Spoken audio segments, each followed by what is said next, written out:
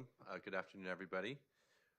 For the benefit of the record, this regular meeting of the Orange County Board of Education is called to order at 3:32 p.m. Drew, will you please call roll? Trustee Valdez? Present. Trustee Sparks? Here. Trustee Shaw? Here. Trustee Williams? Trustee Barkey? Just barely here. All right. Do I hear a motion to adopt the agenda? So moved. Second. All in favor? Aye. Any opposed? Passes 4-0. Our minutes of regular meeting of August 2nd, 2023. I just have one edit there. Under item 14, you misspelled my name. You added an E in there for some reason. Sparkus, under item 14. You thought you were Sparky. Sparkus. So just take away the E and I think we're good. Yeah, Oh, yeah. second sentence. Good catch. With that edit, I approve the minutes. Second. All in favor? Aye. Passes unanimously. So we will go to public comments. Nina, are there comments regarding any closed session item? Very well. The board will go into closed session to conduct a student appeal hearing followed by these closed session items. So item 1, inter-district appeal, Huntington Beach City School District to Newport Mesa Unified School District. And this is an open hearing? Is that right? Correct. Very good. Good afternoon, President Shaw, members of the board, the Deputy Superintendent Ida Boyd, and Associate Superintendent Renee Hendrick. My name is Terrence Dunn, Coordinator, Student Services in the Integrated Supports and Services Unit. This is an inter-district appeal hearing for Aiden Bonfeld, who is in the 5th grade in the 23-24 school year. The date is Wednesday, September 6th, 2023, and the time is 3:34 p.m. This is an open hearing. The circumstances of the appeal are as follows. On July 21st of 2023, the Newport Mesa Unified upheld the denial of the inter-district transfer request for Aiden Bonfeld to attend Sonora Elementary School, a school in the Newport Mesa Unified. The home school for Aiden is Moffett Elementary in Huntington Beach City School District. The reason for the inter-district requests are your materials. Also, the procedures have been provided to all parties. Therefore, we will waive the reading of the procedures since all parties have had a chance to review them. At this time, I would like to introduce the participants of the hearing. Representing the family, Joanie Bonfeld, parent, Kenny Bonfeld, and Aiden Bonfeld, student. Representing the denying school district is Sarah Coley, Administrative Director 1, Student Services, Newport Mesa Unified. Also in attendance, Jeffrey L., General Counsel, Orange County Department of Education, Daru Sisavath, Executive Secretary of the Board, and Maggie Villegas, Senior Administrative Assistant, Integrated Supports and Services Unit, and the media team, who will be facilitating the virtual platform and recording today's hearing. The County Board has thoroughly reviewed the packet of documentation that the parent and the district submitted. Each party has the procedures in front of them and the allotted time frames for each party to speak. The light timer being utilized is located in the front of Ms. Elizabeth on the dais. Green light means you may begin speaking. Yellow light means you have 1 minute remaining. And the red light means you should finish your sentence as your time for speaking has ended. Representing the student, the Brownfields, you may address the board for up to 3 minutes. Thank you. You may begin. Hi, thank you guys for taking the time for us. I just want to start out with telling you our backstory. I'm sure you've read it, but my mother-in-law passed away quickly in December, and my father-in-law has Alzheimer's or dementia, and he had to move in with us. We had to move him from New Jersey. He has some needs. We had to find a ground floor house with a walk-in shower, things like that he basically needed. So we had to move quickly. It wasn't our desire to ever move from Costa Mesa, ever. As you can tell, it was an uprooting for Aiden. You know, a lot of change has happened in the last few months. He's a trooper, and we love Sonora. We've been there, since he was in TK. I'm on the PTA there. We just love being there, and I think for his mental well-being right now and his stability of everything else he's gone through in the last few months, that being with his friends and the people he's comfortable with at Sonora and that staff that loves him so much, if we could just stay there and, sorry, I'm so emotional about this, and just be, where he's comfortable right now. Okay, take a deep breath. Sorry. Okay. Yeah, so, Aiden has been through an enormous amount of stress since his grandmother died. Sorry. My father is the one that has dementia, who he's now living with. We live in a 4-bedroom in Huntington Beach. We got a great deal through a friend realtor, and that's why we took the property. Our biggest concern is that we've discussed with him, and he's kept in touch with these kids, and we don't want to give him any more stress on his life. He lives with his grandfather and his maternal grandmother, who's a caregiver for my father as well. So as you can imagine, it's a bit of a circus in our house sometimes. And Aiden's been a real trooper, and he is dealing really well with it. Do you have anything you want to say, son? I'm good. Okay. Sorry. He's good. I missed that. What was it? He said he's good. So I know we're almost out of time, but we're fighting for him, and we just really, we don't mind making the 10 or 12-minute commute to Costa Mesa, and he's going to thrive. I guess. Thank you. Thank you. Representing Newport Mesa Unified, Sarah Coley, you may address the board for up to 3 minutes. Wonderful, thank you. Good afternoon.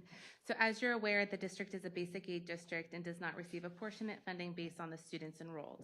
Thus, the district carefully follows its inter-district transfer policies. The district denied the student's request based on its board policy 5117 and administrative regulation 5117. Pursuant to these policies, the district generally approves inter-district transfer attendance permits for students in only 3 limited circumstances. To allow the student to remain until the next natural school break when the student's parent or guardian has moved out of the district during that year, to consider allowing the student to remain with a graduating class that year from an elementary, junior, or senior high school, or to allow a high school senior to attend the same school the student attended as a junior, even if the student's family has moved out of the district during the junior year. In the current situation, the student does not meet any of the above criteria. The student lives in Huntington Beach within the Huntington Beach City School District, almost 5 miles from Sonora Elementary, the school selected by his parents. The student currently lives less than a mile away from their school of residence. The student has attended Sonora Elementary since transitional kindergarten or TK, but recently moved out of the area. As stated, the district denied the request based on its board policy 5117 and administrative regulation 5117. At this time, the student should be enrolled in their district of residency for the 23-24 school year. In light of this, the district respectfully requests the governing board to uphold the denial of the student's inter-district transfer request and deny the student's appeal. Thank you. Thank you. The Brownfields, you have up to 2 minutes for your closing statement. I just want to say I know all of the rules. I worked at Sonora for 3 years. Okay, sorry. I just want to say that I worked at the school for 3 years. I know all of those rules, and I get it that we're asking a lot, but we still give back to that school so much. I am vice president of that PTA, and I'm there every week doing something. So we do give back to this community a lot, and we still will continue to do that. And I know all of those rules, and I'm sorry that I'm making you do this, but please. Well, if it makes it any easier, I do work in the district. I work within the school district for Paul Mitchell Schools. So I know there's an Allen clause or law or I don't know. something that I looked up that if I'm working in the district, then he might be able to stay in the district. So that's what I'm hoping for. Thank you. Thank you. That concludes, the presentation for the student.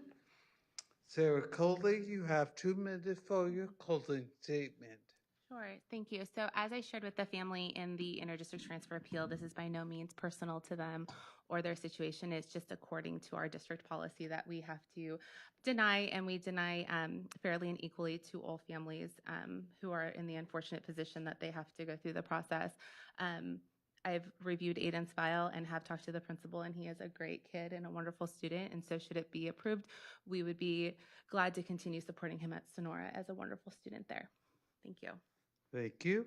That concludes the presentation for both parties and completes this portion of the hearing. President Shaw, you are now in charge of the hearing. Thank you. See if we have any questions from our trustees. Maybe I'll start to my right. Trustee Valdez, any questions? Brownfield family, you did great. Ms. Coley, we meet again. So I know I've mentioned this to you perhaps several times before, but it kind of occurs to me that this family hasn't heard this. So I'm just wondering, in the last year, with the same letter and the same arguments that you have made here, have you ever succeeded on your end of an appeal here? I will say there was one time, and it was for a student in the adult transition program, which is difficult because I'm very competitive. So, but yes, we have succeeded one time, but Okay. that has been it. One time in the last year out of 20 or 15? I would say in the last 2 years, maybe out of 20. So yeah. Okay. I'm hoping you guys are listening, particularly the PTA mom. And one more question for you, Ms. Coley. The board policy 5117 and your June 23rd letter. And I was going to ask Greg Rowland this question here today, but he's not here. So I'm just wondering, do you think it implicates the school to have a policy and then to write down in a letter that irrespective of the policy, you're just going to deny it and not consider the policy? I don't know the answer to that. I was going to ask Greg that. Sure. but Which page? I'm sorry. Which page are you It's the looking June at? 23rd letter. Okay. So it says you have a policy, and irrespective of the policy, Page nine. Thank you. irrespective of having the policy, you're just simply going to deny it anyway. So we are obligated to review every interdistrict transfer request that we have. So we have our policy that states very clearly when we can or cannot, but we do have an obligation to review every interdistrict transfer. So we will look at them and review them, and then typically, unless it falls under one of those 3 criteria, they are denied. I know the family mentioned the Allen bill. As a basic aid district, we don't fall under the Allen bill, needing to follow those requirements. But we do look at every interdistrict transfer request that is sent our way, and then I personally meet with every appeal.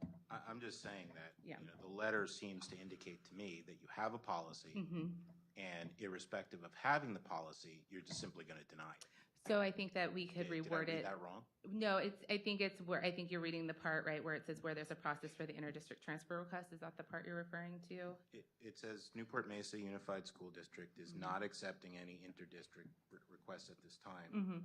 You know, while there is a process for interdistrict transfer requests, that's where the sentence starts. Sure. So I think that's just a clarification that we can make in future letters. So there is a process. It's not our process. It's the Ed Code process that we have to review those transfers. But we can certainly clarify that and cite that in there so that it's more clear to the families. Absolutely. Yeah, I think that's a good catch. I think that would be helpful. Thank you. Dr. Sparks? Yes. So, family, thank you for advocating for your child. The thing that's great about, the Newport Mesa follows their 5117, and they follow that every single time. And for 2 years, they've only had one success. But we also have this wonderful appeal process that you guys can come in front of us, and we can hear your case. And so I appreciate you, kind of going up to bat and bringing it to us. Thank you. And I'll hear from other board members, but I'd like to move for a motion in favor of the family. Thank you. Well, first, Trustee Barkey? yes, I will definitely second her motion in favor of Thank the you. family. And I do want to thank you for coming. I think it's so important because you're the best advocates for Aiden. Aiden, I appreciate you coming because I know it's kind of stressful not knowing where you're going to be next week. And I know how hard, I can tell how emotionally hard it is on you, Mom. So thanks for coming. Thanks for being Aiden's Thank you. advocate. And we wish you lots of success in your years of education. Thank you.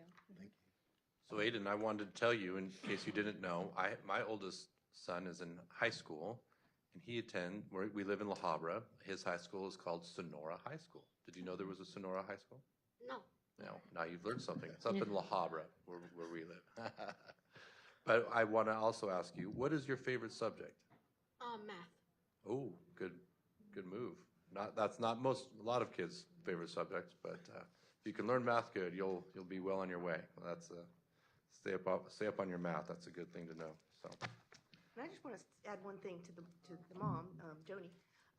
Thank you for your service to the school. The thank school should you. just be, embracing you, but I know they have to follow their 5117. No, I know. But we're going to. I loved working at Sonora. I unfortunately had to leave and take a full-time job because of everything else, but I loved working there. It was the best 3 years of my life. Like, a lot of times we don't get to tell parents in person, thank you for your Thank you. service and volunteer work to help the system and help the teachers. Thank you. I And- appreciate And that. that's just amazing. So thank you for doing that. Thank you. I think I heard a motion from Dr. Sparks, and it was seconded by Trustee Barkey. Yes. So all in favor? Aye. Any opposed? 401. Okay, to repeat, Brownfield family, the decision of the board is to grant your appeal. Congratulations. Thank you to the parents, to Newport Mesa Unified, and to the county board for your time. This concludes the appeal hearing for the family. Thank you. Thank you, guys. Congratulations. Thank you. Thank you. So the board will now convene into closed session. Am I supposed to read all these? No. All right. We will come back to open session at 5 p.m.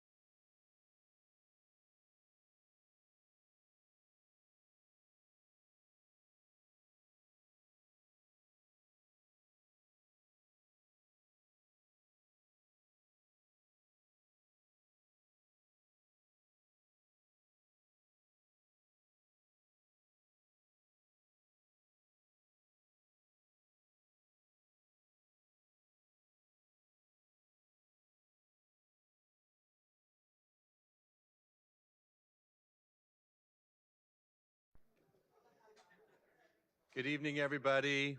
Welcome. Good to have so many of you here with us this evening. We're going to go ahead and get started or come back to open session. So the board did meet in closed session, but we're back, coming back to open session, and glad you could join us. So to get us rolling, we will start with an invocation. I'd like to call forward the Honorable Dennis Cole.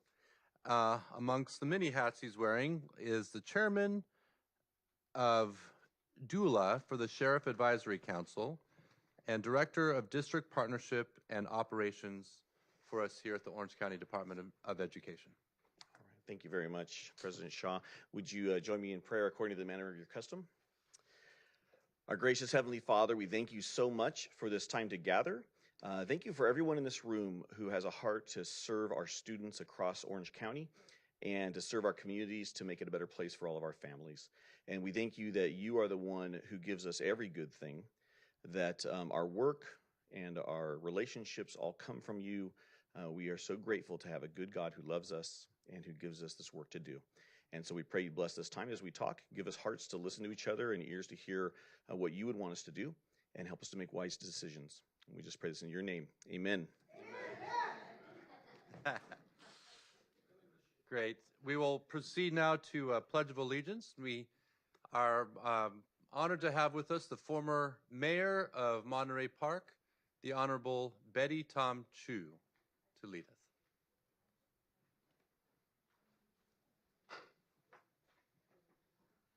Thank you so much. And will all of us please place our right hand over our wonderful American hearts, and we can all say together, I pledge allegiance to the flag of the United States of America and to the republic for which it stands, one nation under God, indivisible, with liberty and justice for all. And thank you to the board for one of the few boards that start their meetings with the invocation. Thank you. We're going to have fun tonight. I can tell already. Yes, before we jump into the agenda, I would like to call forward our attorney, Mr. Brenner, to report out on closed session. Good evening, members of the board, Mr. President and staff. Good to be with you. This is the report out for closed session items 1 through 4 at today's meeting. At 4 o'clock, there were 4 trustees present for the closed session. At 4:10, Trustee Williams joined as the remaining 5th member for the duration of the closed session.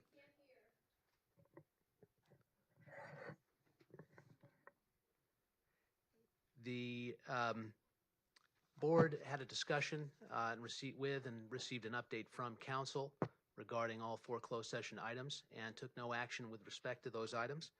With the following exception, the board approved EBG's invoices as follows: 112-4707 through 4709 and 112-7740 through 7743. And that concludes the report out for tonight's closed session. Thank you. Thank you, Mr. Brenner. So we'll go to introductions. Nina, are there any introductions this evening? There are no introductions at this meeting. Very well. That takes us to public comments. Looks like we have a number of public comments, which is great. So I think what we'll do is have 2 minutes. We have one general comment, and then the 19 are for item 10. So we could do them in this time slot, or we could move them to, or we could split them. Why don't we take the comments about item 10 when we get to item 10? Okay. Does that sound okay? Okay.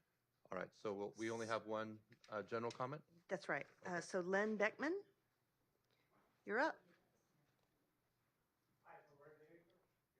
Yeah, we got a mic for you back right there. Over here. Mm-hmm.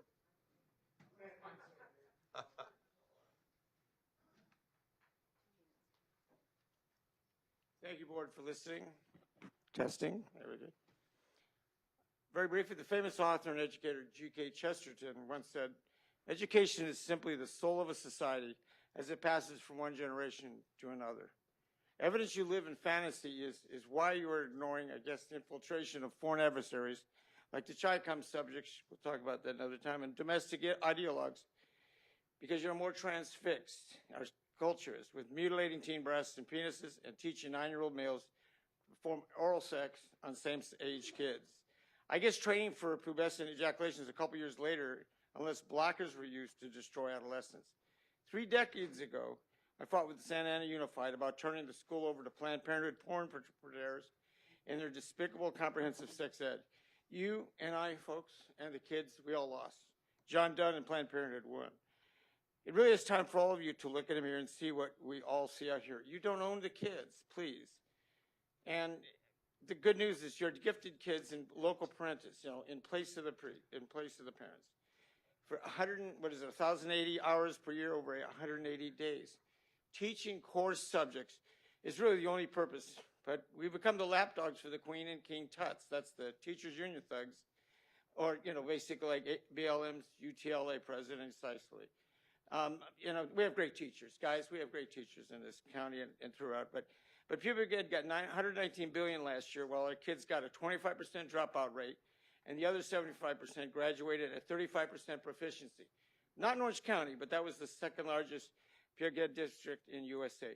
Our kids don't need to be groomed by woke peer pressuring sex bots, the transmutilation activists influencing teachers, assistants, and teachers themselves. We don't need you to increase suicide rates by 20 times this anti-God, sick, sex-change ops ideology from hell. As of today, a judge blocked parents yet again being notified if their male or female child is talking to avatar gender roles for a lifetime of misery. Thank you. Kids don't need their sex organs chainsawed. Thank you, sir. Your time is up. I'm sorry, is that 3 minutes? Yes. Yes. That 2 was minutes. the fastest 3 minutes in history. I'll say Two. it to you We're guys. giving two. Point of the matter is, we Thank need school you. choice. 15,000 bucks a head. Steel leaves 100, at least 10 grand each for Thank you you, guys. sir. Thank you. We have one more general comment that popped up. Stephen Smith? Stephen Smith? Here? No? Okay. All right. No, Mr. Smith, going once, going twice? Okay. All right, he went to Washington. I'd like to call forward Dr. Sonia Llamas to the podium for our special presentation. Good evening, Board President Shaw, members of the Orange County Board of Education. I would like to recognize that Red Ribbon Week, sorry, the tongue twister, is a tribute to DEA agent Enrique Kiki Camarena, who tragically lost his life in February 1985 while battling drug cartels to create safer communities.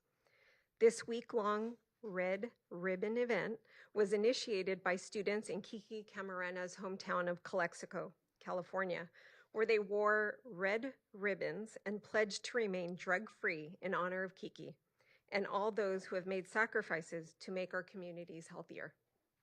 We appreciate the commitment of law enforcement to support substance-free communities and substance use prevention efforts among our youth. Special recognition is due to the Orange County Sheriff's Advisory Council for their unwavering support in helping youth make healthy choices and highlighting substance use awareness by providing wristbands for all OC students during Red Ribbon Week. We greatly value the partnership between OCDE and the Orange County Sheriff's Advisory Council. Thank you to the Orange County School Board for their continued support of Red Ribbon Week and the Orange County Sheriff's Advisory Council initiative to distribute wristbands to every OC student. OCDE commends school districts and local community organizations for their dedication to supporting substance use prevention efforts in our schools, reflecting our shared commitment to a safer, healthier community. We are pleased to recognize the collaboration between local businesses and the Orange County Sheriff's Advisory Council to provide incentives to students wearing wristbands during Red Ribbon Week, heightening even further community support for substance use awareness. Lastly, We celebrate the efforts of our schools in offering vital substance use prevention programs and activities to students using Red Ribbon Week as a starting point for year-round substance use prevention measures and initiatives. In conclusion, let's collectively honor Agent Kiki Camarena's memory and the legacy of all those who have made sacrifices by participating wholeheartedly in Red Ribbon Week activities. At this moment, I would like members of the OC Sheriff's Advisory Council to please stand and be recognized. Maribel Maruquin Waldrum, Executive Director. Dennis Cole, members of the Board of Education. Marilyn McDougall, member of the Board of Education. And Sergeant Brian Gunsley. Thank you.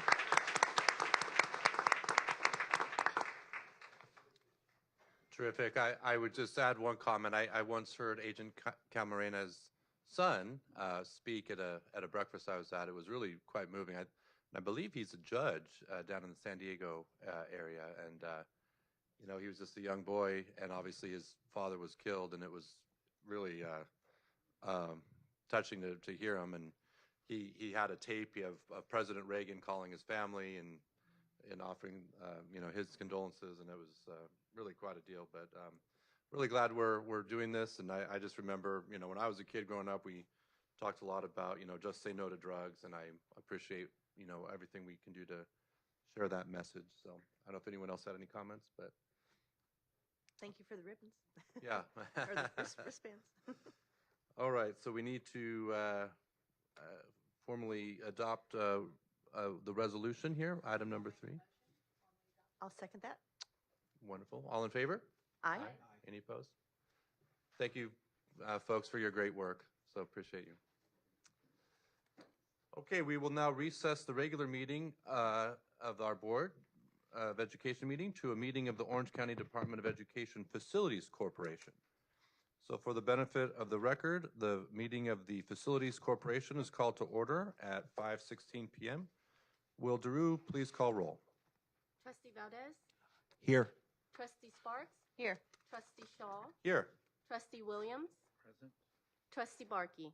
Here. Thank you. May I have a motion to adopt the agenda? So moved. Second. Moved by Trustee Barkey, seconded by Trustee Williams. All in favor? Aye. Aye.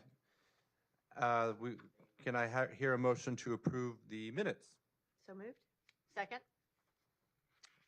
Did you get that? All in favor? Aye. Any opposed? Seeing none? Do we have any public comments for this meeting? We do not. Very well. So we will now adjourn the meeting of the Facilities Corporation and move to, and reopen the meeting of the normal meeting of the Orange County Board of Education. We will proceed to item number 4, or excuse me, the consent calendar, items 4 through 6. Make a motion for the consent calendar. Second? Thank you. Moved by Dr. Williams, seconded by Trustee Barkey. All in favor? Aye. Any opposed? So passes unanimously. Item number 7, charter submissions. Oh, there's one edit. Oh, I'm sorry. I'm sorry, one edit. On page 17, you have the flip, you have me as board president and Tim as vice president, but it should be Tim as president and myself as vice president currently. On page 17.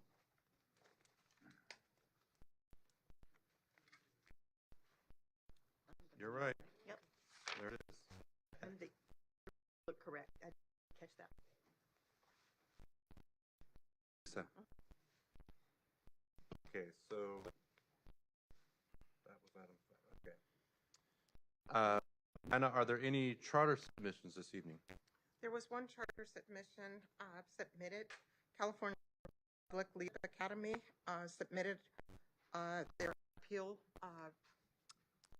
plus the Orlando School denied, and members received that petition in their board materials last Friday. So that petition will be heard by the board at the next meeting in October. The October meeting. Very good. Are they looking to open school then, I assume, next year? Or when?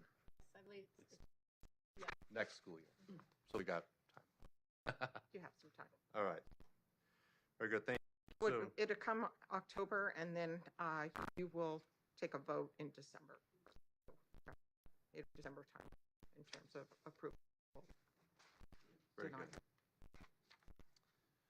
Okay, so let's proceed to item number 8, the, Did we skip over 6, President Shaw? We didn't sync calendar, so we approved all three of them. yeah. So the approval of the format for the, and panelists for the September 20th special meeting of ours that we have scheduled. Let's go to that.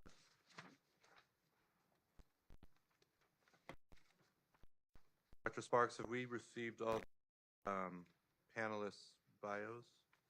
I just got a couple of in from the time I needed to turn this in for the packet. And so I am making a couple of adjustments in adding a couple of bios and confirming our tentative, and I believe we'll be dropping our final speaker because I've not gotten that final confirmation. And I'm changing, I'm getting new title recommendation. Minor edits that the speakers are sending me for the final, for sure, be preferable. Can you make a motion? Please. Sure, I'll make that motion. I'll second. Very good. And before we vote, can we, just for the benefit of the audience, maybe just read out the names of the panelists? Absolutely, I'd be happy to do so. You know, you can read publicly online overview, but the idea is to have a Savvy Public School Forum in response to many of the public comments that we've gotten over the last, I don't know, several months, even years, and know that safety in the schools is number one importance to all of us, teachers, students, everyone. So we're going to have a forum, have hopefully a very fruitful discussion along those lines. Every board member suggested a name of someone they wanted to bring with, and I was the main organizer of the forum, and I will be serving as the sort of moderator of the forum. Secure are really pretty impressive. We have Tori Torres, a special agent of Homeland Security Investigations, talking about internet safety from here in Santa Ana. We have Sergeant Brian, he just left, Brian Gonzalez, who's going to come here from the Sheriff's Department, talking about the signs, symptoms, and dangers of fentanyl. We have Matt Friedman and Jack Britton, who are going to give a joint presentation on digital privacy and new risk factors and digital privacy of children, and knowing what those exploitation techniques and the things that we should be looking out for in terms of current risks. And they're coming from Arizona and Texas. They have specialty in those areas, and founder of the company Averter. We have Honorable Assemblyman Bill Asaley, who's going to talk about, I'm still waiting to get his final title, but he's going to be talking about things related to sexual assault, human trafficking, signs and symptoms, and things related to the forum. We have Supervisor Don Wagner joining us to talk about fentanyl across Orange County, strategies for keeping our schools safe. And then Brenda Lebsack, a former Orange Unified School Board trustee and SAUSD educator, will be talking about corrupt national suicide hotlines. And then our sort of cleanup of the evening is a very special person who has a really interesting story to tell for parents that I think parents and teachers and all of us will really get a lot out of. Talking about, her name is Toni McKinley. She's the executive director of Magdalene House out of Austin, Texas, and I've heard her speak, and she's amazing. She'll talk about the dangers of fentanyl, how trauma affects and leads people to substances, and the connection to a lot of the trafficking that we do see, and how those struggling, find ways to overcome that trauma. So it should be a really interesting forum, shedding light on fentanyl, sexual assault, human trafficking, surveillance, social media, cybersecurity issues, and all sorts of things that potentially put our students at risk that are at the forefront of our minds all of the time. How's that? That was terrific. Thank you, Dr. Sparks, for your hard work and making this happen and getting it organized. So appreciate all that you've been doing. So I think it was a motion by Dr. Williams, seconded by Trustee Barkey to approve this format. Any other comments? I'd like to thank Lisa for the hard work to do something like this. It takes a lot of time and efforts and focus and discipline to do it. And thank you for taking that lead for us and that burden. Thank you. This will be Happy a to do great it. evening. I look forward to it. Yeah, it's important stuff, so. Great. And please all come back for that and tell your friends, and we're going to be making, it'll be online as well, right? So people can participate, I suppose, that way. Can I ask a couple of logistic questions? Are you planning to have, are any of these planning to use PowerPoint? A few of them will, yes. Okay, so we want to get those in. Just give me the deadline. I do have some of them already that I can send you. Perfect. And if you give me a deadline, I'll be sure to push that out. Okay, we just want to make sure formatting and so forth, that Yeah. media has a chance to make sure that. Absolutely. And also in terms of, so again, if they're presenting PowerPoint, will they use the podium and the microphone here? Or are you wanting it set up similar to previous forums where they're all sitting at table facing the board? That's a good question. I mean, in terms of the media folks might weigh in on that, but it might be better from a camera angle to have them at the podium if they're using PowerPoint. Right. And they're the ones who asked the question, so that's why I'm Oh, okay. bringing it up. From the standpoint that also because you have so many speakers, previous formats, there was not as many speakers, and so we just want to make sure microphones that we can adjust. So we can certainly talk offline, but I just wanted to make sure within the next couple of days, they just want to make sure that they have the appropriate. Yeah, we can talk offline and sort that out if you all are okay with that. The board, if we have approval for that, then I'm good to go. Okay, thank you. Very good. So all in favor? Aye. Aye. Any opposed? Thank you. So related to that item is item number 9, the approval of travel and hotel accommodations for the panelists presenting at the September 20th, 2023 special meeting. And I would just add that not everyone's going to need that, but a few of them are going to need that approval. So in discussions with the staff, the executive committee discussed, we thought this was a okay amount to go up to approval. We don't anticipate that we will be using the total amount for each person at all, but that gives the flexibility for the amount that we have here. Okay, so did I hear a motion? Oh, and so I'll think we have. sure, I can give a motion to approve item number 9. I second. Oh, go ahead. Seconded by Trustee Valdez. All in favor? Aye. Aye. Any opposed? Passes unanimously. Thank you. Thank you. So we'll proceed now to item number 10. I know many of you are here for resolution on HR 1146, brought to us by Dr. Williams. Doctor, would you like to take the public comment and then speak to it, or how would you like to go? Public comments would be fun. Public comments. Okay. So there's a number of you. So we have, I think, 19 or 20 public comment, if I counted correctly. So we're going to give 2 minutes each. And we'll start with John G., and then we'll have Betty Chu on deck. Oh, he was pointing to someone else. Can you hear me? Okay. Honorable Board, Orange County Board of Education. I am John G. I'm an inmate of the retirement community of Laguna Woods in the city of Laguna Woods. I am short, so I'll be brief.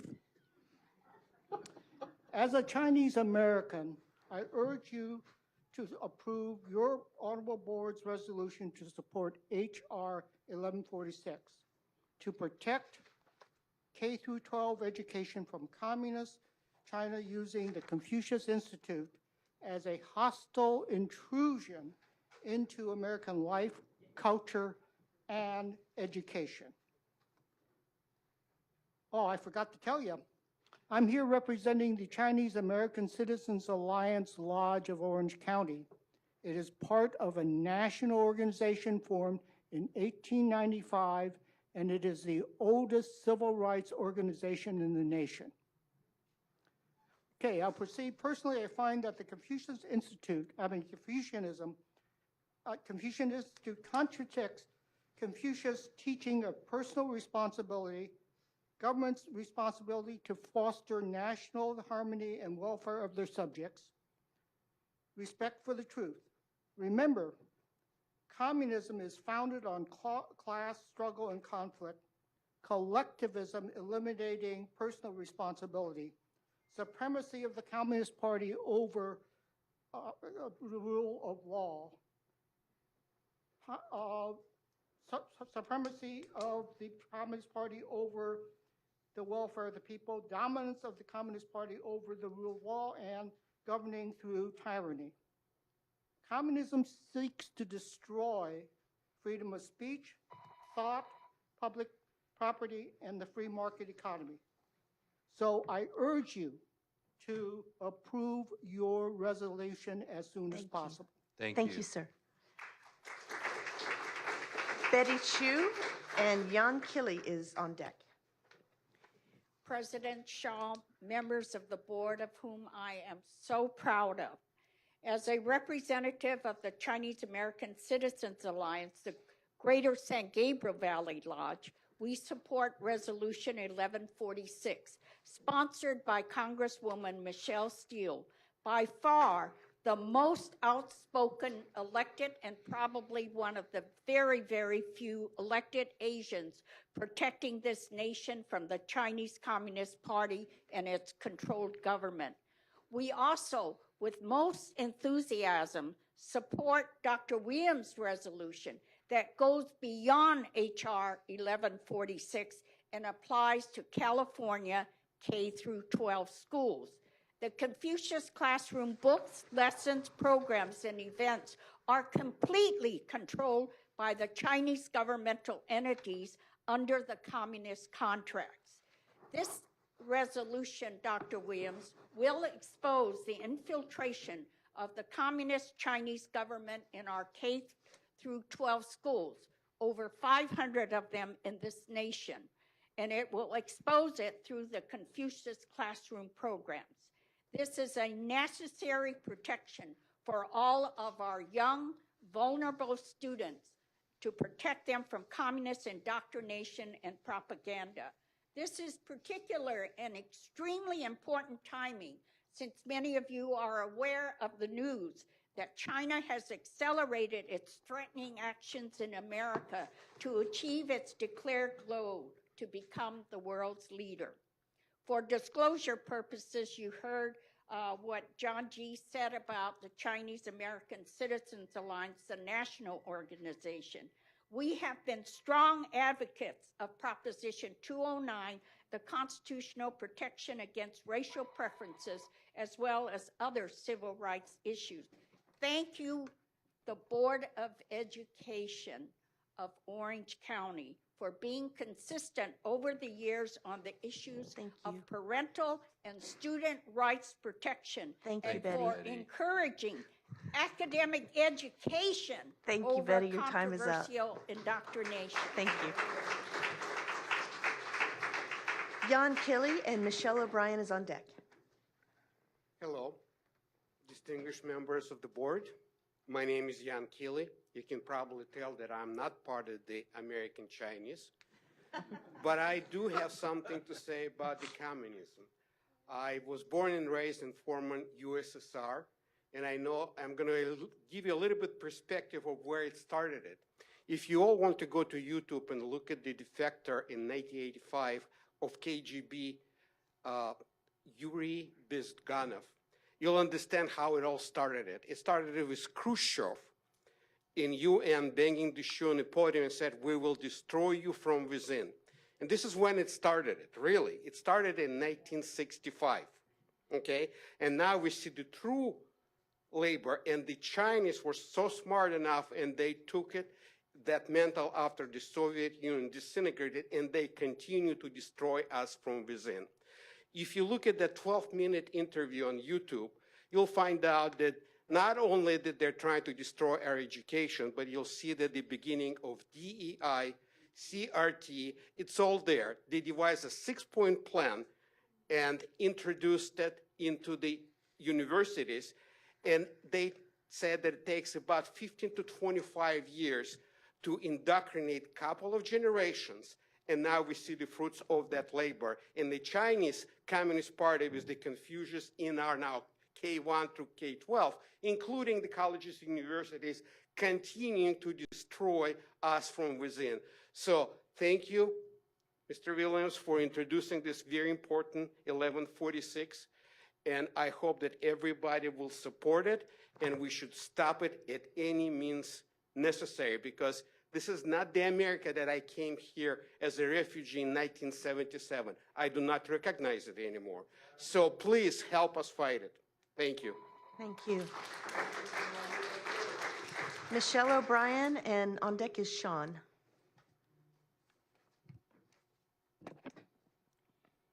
Good evening, President Shaw and distinguished board members. My name's Michelle O'Brien. I'm a mom, a grandma, and a taxpayer. I'm here in support of the resolution to request that the state conduct a study to determine the extent of the CCP, its government, and others that have infiltrated our K through 12. This subject is near and dear to my heart. I have quite a few friends who have escaped communist countries for a better life in America. They have been sounding the alarm that communists have been going after our kids for years. Finally, parents and grandparents and guardians too are awake. This must be addressed and stopped. My dad risked his life for 22 years every single day to defend America. He fought in World War II, Vietnam, and Korean communist wars. Millions of men and women lost their lives just for us. It's time we stand and say, enough. We are not, nor will we ever become a socialist or communist country. We must protect this and future generations. If you haven't read The Great Parent Revolt by Lance Izumi, I highly recommend it. It talks about critical race theory in the classroom, experiences from African Americans, a Muslim woman, and many more. It's time to take action. Thank you. Thank you. Sean is up, Sean from Villa Park, and then May S. Good evening, board member, Lawrence County Board of Education. My name is Sean. I now call this country my home. I was not born here. I became American, so I call this my home. So I'm American first, Chinese second. That's how I call it. I don't call myself Chinese American. I call American first, Chinese second. So I want to quote something here. At one point, Abraham Lincoln was asked, "At what point then is the approach of danger to be expected?" And he answered this. I answered, if it ever reaches us, it must spring up amongst us. It cannot come from aboard. What I'm saying is, I'm supporting Board Member Ken Williams for the resolutions, basically. So what I'm saying is, why not leave our kids just be a free-minded Americans? We focus on educations. Let not we just convert our minds with foreign ideology. We embrace Chinese culture, but I came here to adapt. I'm not expecting that the Americans should adapt to Chinese culture. I came here so I can adapt with American culture. Thank you. Thank you. May S. and Sue Y is on deck. Hi, thank you so much, all the board. Thank you so much for your time. My name is May. I'm here to support the resolutions 1146. The reason I do that because my grandparents risked his life just to protect his family from the Communist Party, and they bring their even a very young kids, a boy that come, which is my own father. I don't think many people here understand. A lot of young people or people that in this country understand how bad it is, the situations for my grandparents willing to risk their life. I have my own children. I have my 3 kids. I will not go anywhere, risk myself if there is not something that's really bad. And I believe why my grandfathers do that, because the Communist Party is really bad. I'm not going to talk about further anything else, but I encourage that probably in the school educations teach a real history, because right now I see the history of this country has been changing. And so by knowing if they are not experienced the way we experienced or my grandparents experienced, I think it is great if we teach our children to know how to read and research and have a free-minded and not being controlled by changing the history or by giving all the communism and also for the social life. So once again, thank you so much for bringing this issue. And I want that resolutions 1146 to be passed ASAP. Thank you so much. Thank you. Sue Y, followed by Honey Hash. Hi, my name is Sue. I support resolution 1146. Thank you. Honey, followed by Grace Lucido. Can I just say, for the first time, I've been to a board meeting for a school that I don't have to be angry. That it's actually a breath of fresh air to know that you guys are working with us and not against us. So, of course, now I can't remember what I want to say. Other than I'm in support of the resolution that you guys are submitting. And please do it quickly. We all can see what is happening to this country. And it should scare every single one of us just a little bit. And if there's anything that we can do to stop it, it definitely starts with every single person in this room, and then some. I can't even imagine what this country would be like if it goes down that route. Can any of you? I mean, have you guys drawn that line in your mind of what it's going to take for you guys to stand up and do something? Because we're there. Thank you for standing up for the kids and for looking out for the education they're receiving and being pro-America, because I walk in front of too many boards and they are so anti-America, it's disgusting. So I really do appreciate you guys doing this and putting this forth, because they're not going to get our kids. Not with us in the room. It won't happen. You guys have a good day. Thank you. Grace, and then followed by Lori Kaler. Yes, I want to recognize the honorable board members, and I'm very grateful to be standing up in front of a podium and a microphone for the first time at one of these meetings. This lady here gave me the courage and encouragement to stand here, and I've been asking God for the fortitude to do this. I don't have much to say, but I know that the biggest power word that I want to share with you is support. And I want to support Dr. Williams and the resolution 1146 over the confusion that's going on in the classrooms and the debacle. So I'm a person of a lot of words, but yet tonight I'm just asking and presenting my support, and I thank you for your support in doing what we're all doing. And I'm grateful to be standing here to have the courage to speak to you tonight. Thank you. Thank you. Lori Kaler, followed by Nate Anka. I'm going to make this short and sweet. I support Dr. Williams' resolution on H.R. 1146. I, too, have a grandfather who fought for the freedoms of this country. In God we trust. This is our country. Under the Constitution, we need to protect our kids, our citizens, our freedoms. Thank you, board, for being here and standing up for those rights. Thank you. Thank you.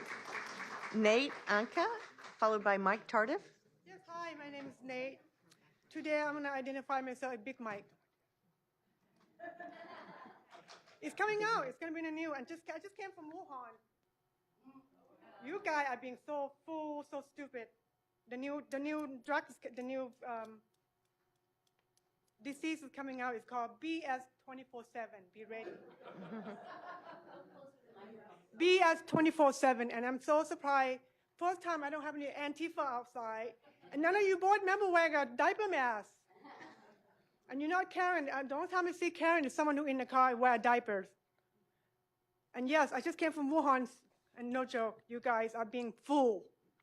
And you know, funny, the lady speaking Red Ribbon Week. Our own government, the one who doing the drug cartel. Red Ribbon is BS. It's just another money to spend out for you guys. And I wonder, it say, in God we trust. How many of you board members believe in God? I hope it means something. And I'm surprised I don't see any flag LGTB barbecues in here. That's how I say it, LGTB barbecue. And I might be Big Mike today, tomorrow. I don't know. I don't know what kind of sex I have. But, you know, you guys have a book at the school, Dick, Suck, Cock. I don't know what it means, but I'm sure you do because the book is at the library. And this is no joke. And I was at the Huntington Beach City School District yesterday, and they got all paid. The people that come in, the whole thing is all paid by George Soros to come to a meeting. I'm so proud of you, school district, because none of you guys are that. You are the people here. You're actually here, but they are paid for by George Soros to come and talk when they don't even live there, but pretend to be living in Huntington Beach. And none of it here. So I'm pretty impressed. Either nobody tell them what to do, I don't know what, but this is pretty impressive. But anyway, Big Mike. Thank you. Is coming out. Big Mike coming to town. Thank you. I have a dick today. I might have a vagina tomorrow, so just let me know. Mike Tardif is up, followed by Janice Koppel. Good evening, Board President and board members. My name is Mike Tardif. I'm a longtime resident of Orange County. I'm here in support of Dr. Williams' resolution for 1146 HR. I'd like to read you a little excerpt from a news report from News Nation. Lawmakers on Capitol Hill are launching a probe after a report revealed public schools across the U.S. have received more than $17 million in funding from the Chinese Communist Party through culture and language programs. This news report came out just a couple of weeks ago. Parents Defending Education calls them little red classrooms and says the Chinese Communist Party funds them through Confucius Institutes over the past 14 years. These institutes say it is their goal to teach language and culture, but Parents Defending Education claims their purpose is to further the Communist Party's global influence. Xi Jinping believes that China will not be stopped from imposing its will and ideology onto American citizens. Former intelligence officer Matt Shoemaker said, it provides an opportunity for the teachers or those who work with them to spot who might be a good candidate down the road or who might be sympathetic to their cause and try and shape the next generation that way. So I want to thank you, board members, Orange County, for hopefully you will vote to support Dr. Williams' resolution, also in support of HR 1146. Thank you.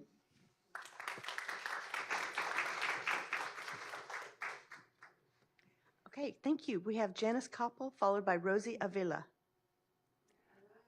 Hi, my name is Janice Koppel, and actually I used to be a teacher in Saddleback Valley School District.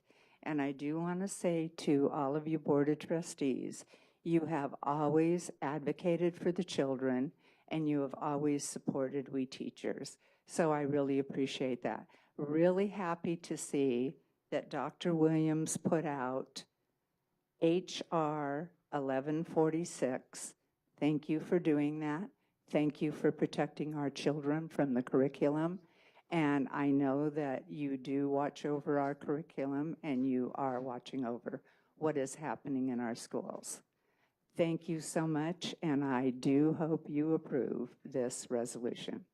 Thank you. Thank you. But before you speak, we do have a decorum policy. So may I ask you to not hold up papers while others are speaking or create any distraction? We're going to have the speaker be the focus of attention for that time. Thank you. So Rosie, followed by Mike, Pat McCone, it looks like. On deck, yeah. I want to thank all of you board members for the opportunity to address you and for all your good work that you've done through the years. Close it? Okay. Thank you, everybody, and for this opportunity to speak to you.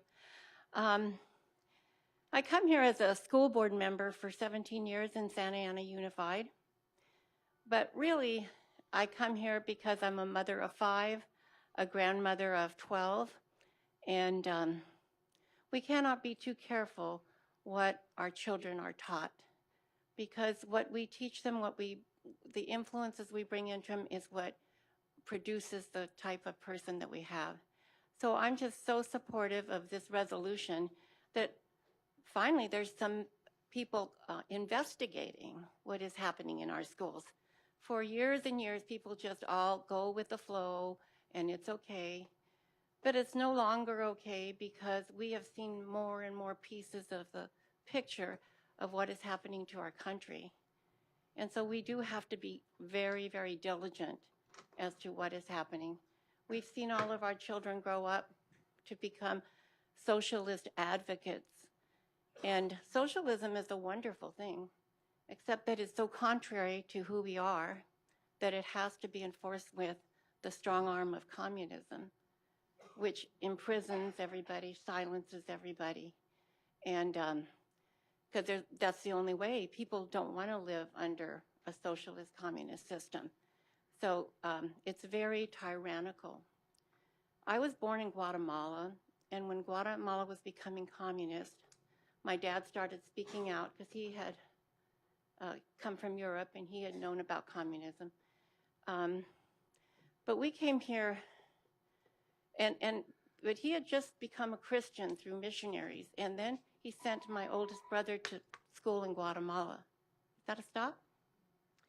Okay. Your time is up. And I just want to tell, my oldest brother was taught in school to pray for bread because God said, pray for your daily bread. And then the teacher said, open your eyes. Do you see any bread? I don't see any bread on the table. That means there's no God. We have to make sure they don't lie to our children. Thank you so much. Pat is up, followed by Debbie Ayers. Good evening, Honorable School Board of Orange County. We're very proud of you. My name is Pat McCone. I'm a mother of 2, a grandmother of 5, and just a passionate person who wants to keep our country free. We are in a Marxist revolution in our country. I think we all know it. And I just want to say I'm grateful to Dr. Ken Williams for bringing up this resolution 1146, and I hope you will pass it tonight, vote on it and pass it. And I just want to say I'm just so grateful to all the people before me who spoke for me, spoke from their heart about their history, especially the people who are from other countries, who came from communist countries. I mean, things are happening pretty fast. They started out slow 60 years ago, and now we're coming to a crescendo. So let's all be vigilant, and in God we trust. And I thank you for everything you do. And I'm grateful to everybody who came tonight to show their support. Thank you, Pat. Debbie Ayers is up, followed by Jayville Kern. Hi, I do want to thank all the people that are naturalized citizens that came from countries that were, that were under a communist government. And I think that says it all. I wish there were high school and grade school kids here to hear all this. And anyway, I was going to say that we shouldn't allow any of this kind of curriculum, but I think, too, this should be investigated on how the Chinese are, worming their way into our educational system. And I do believe this is a great reminder to all of us who have grown up in freedom to be grateful and to defend our God-given rights as American citizens. And I think it should be more emphasized in our classrooms. So anyway, thank you very much. Thank you. Shaeville, followed by Pam Battaglia. Yeah, hello, everybody, and thanks for allowing me to speak. I'm not ashamed to say that God is good, God is great. This is the greatest country on the face of the planet. And I think everybody in this room loves this country. And, you know, we've come here for different reasons. 150 years ago, my forefathers, my great-grandfather, great-great-grandfather came here because there were a lack of potatoes in Ireland. We all come here for different reasons. I'm a married guy, 5 kids. In fact, my wife's from the Middle East, okay? I have 2 son-in-laws, one from Vietnam and one from Japan. And I'm happy to say that, you know, we're representing here what's beautiful about America, okay? We all adopt, we all get along. We've got our unique culture and experiences that we bring here, and we celebrate it, okay? But again, we celebrate freedom and the ability to think individually and to think for the greater good. I wholeheartedly, without a doubt, do support this resolution. I support Congressman Steele's bill. I support Mr. Williams' bill. And, you know, without a doubt, God bless America, and let's stand for freedom. We're at a crossroads here in America. We have a choice. Are we going here? Are we going there? The line has clearly been drawn, and unless you people wake up, we're going to lose our country. God bless America all the time. Thank you. Pam, followed by Linda Cohn. My name is Pam, and I'm a wife, mother, grandmother of 2, activist and patriotic citizen, thank you, of this great county and country of ours. I'm here this evening to speak in favor of Dr. Ken Williams' resolution, H.R. 1146. Thank you. Thank you. Linda Cohn, and on deck is Cecilia Iglesias. I'm also here to speak in favor of this resolution. Thank Dr. Williams for it. I strongly support H.R. 1146 as well. I just want to echo some of the comments that I've heard. I was born 1 month after Pearl Harbor in 1942. Do the math on that. I too, like another speaker said, do not recognize my country. I never imagined that I would be saying something like this, but I think it must be said because we are living in truly unique, troubling, and dark times. And we owe it to our children and our grandchildren to never give up.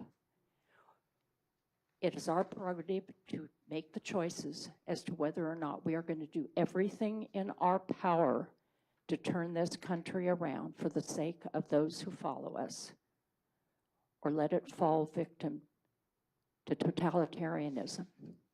And I think what bothers me the most here is, actually, I probably should say it this way. I think what scares me the most, and I'm not a fearful person because I know God's in charge.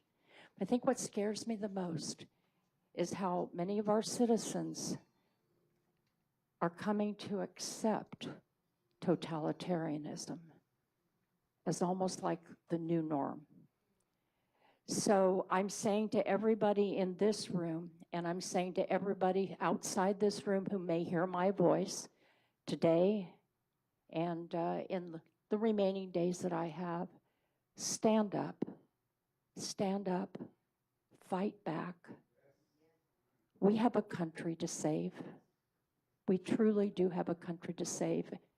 And the country we're trying to save once was the greatest nation on this planet. God bless America. Thank you. Ceci, followed by Gia D.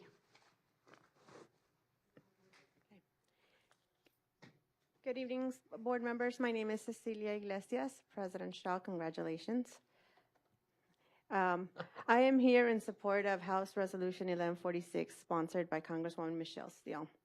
I'm too a former school board member from Santa Ana Unified School District, and I saw the injustices that they were doing to our kids and the indoctrinations that were happening in the classrooms.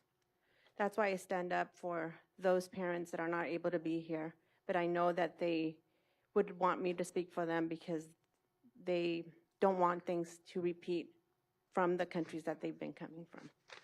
I support Dr. Williams' resolution that applies to California's K-12 schools. This is a necessary protection for all of our young students from communist indoctrination and propaganda. This is extremely important since the news have been telling us that China has accelerated its threatening actions in America and towards America. I also want to thank Dr. Williams for always being consistent over the years on advocating for parental rights and students' protection. Thank you very much, and like everybody says, may God bless America, and we all need this together.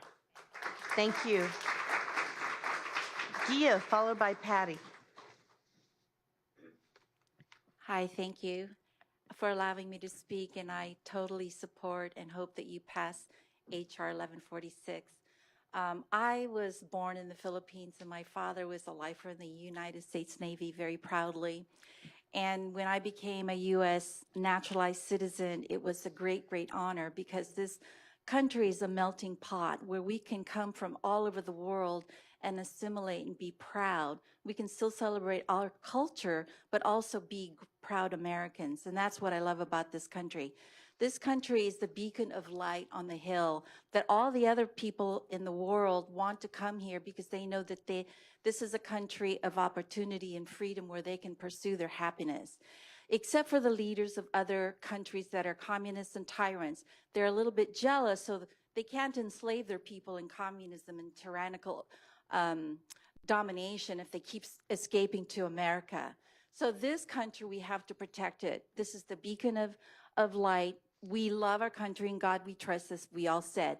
In 1938, Mao Zedong had a 100-year plan to take down this country. They couldn't defeat it economically or militarily, but he could defeat it from inside. It is enemies within. They infiltrated schools, the churches, government, and the universities, the professors, etc. We have to take this country back. We have to stand on our feet. We have to rise up. All of the people, that God-fearing people, have to rise up as proud patriots.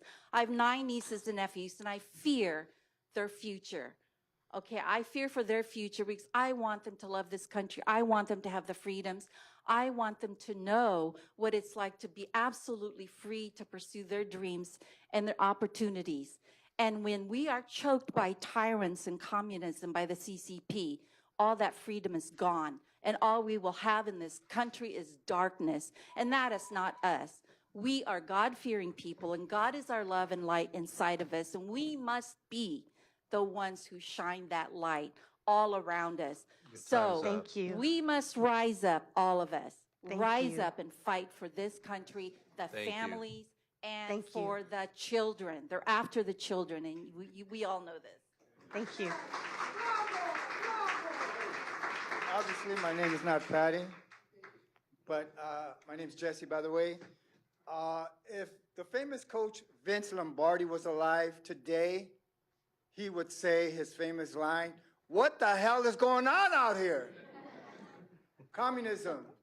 I've experienced communism. 20 years ago, I went to Cuba. A friend of mine bugged me to go. I go, "No, it's communist, it's communist." I finally said, "Okay, let's go." I went there, we got off the plane. I'm like, "Oh, okay, let's see.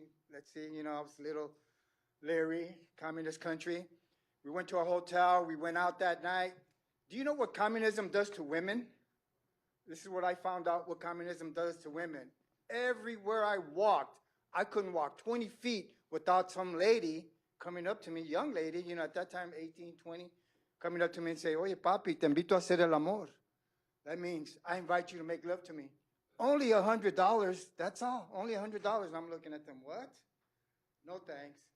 And I've met the guys there, talking to the men there. I asked them, "Hey, so tell me about communism, you know, what is it?" And what they told me there, I asked, "Well, how much do you work?" "Yeah, okay. How much do you make a month? Or how do you get paid?" He goes, "I make $15 a month." how are you going to live on $15 a month? Now you know why communism makes whores out of women. And when we would walk in the streets, I had to walk 6 feet behind him. Does that sound familiar? I had to walk 6 feet behind him. One day, he was next to me, and a cop saw us, and he goes like this, because obviously I didn't look Cuban. He goes like this. He asked me where I was from. I said, U.S. He asked my friend. He goes, I'm Cuban. Arrested him because he was talking to me because I was an American from the USA. So I had to call his girlfriend, hey, they arrested Josdai. So we had to wait 3 hours to release him. So I've experienced communism. It's not good. Oh, and also I asked him, how do you guys eat? How do you make money to eat? He goes, well, we have to stand in long lines to get our food. It's free, but we have to wait like 3-4 hours for us to get our food. Thank you so much. Don't Cuba my USA. Thank you. Patty's up, and followed by Winju. Patty's up first. Where's Patty? And then Win. Patty, are you? Oh, okay. Okay.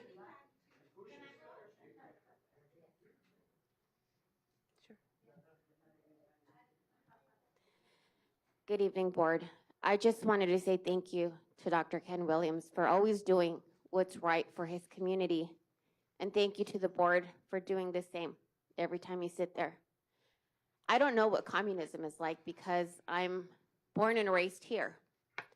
Anything that I've learned from it has been from people that I have met at different meetings, many friends here.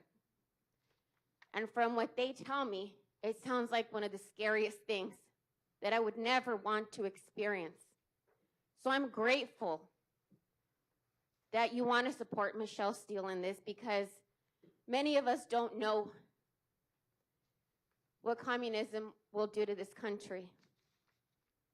And there's too many people fighting to not allow it to come in here, those that have fled, that have taken time out of their day to come here to share their personal stories. I just wanted to say thank you. Thank you. Win, you're up. And that will be our last speaker.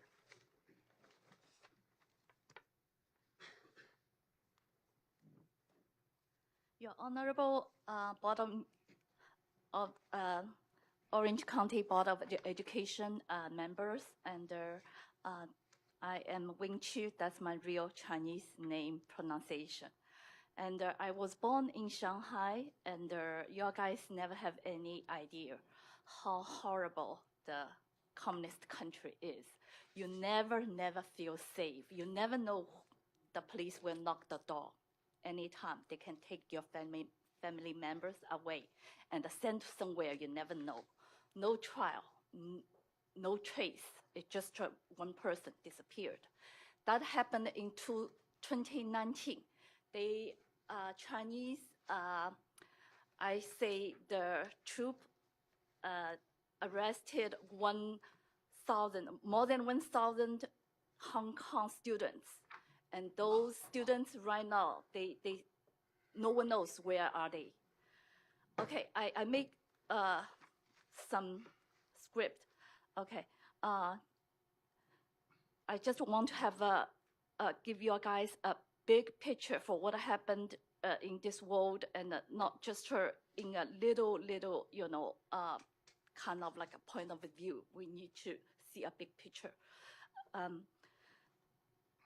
Data provided by Stockholm International Peace Research Institute and the military expenditure China announced yearly is 2022 is $229.6 billion, and 2023 is $224.8 billion.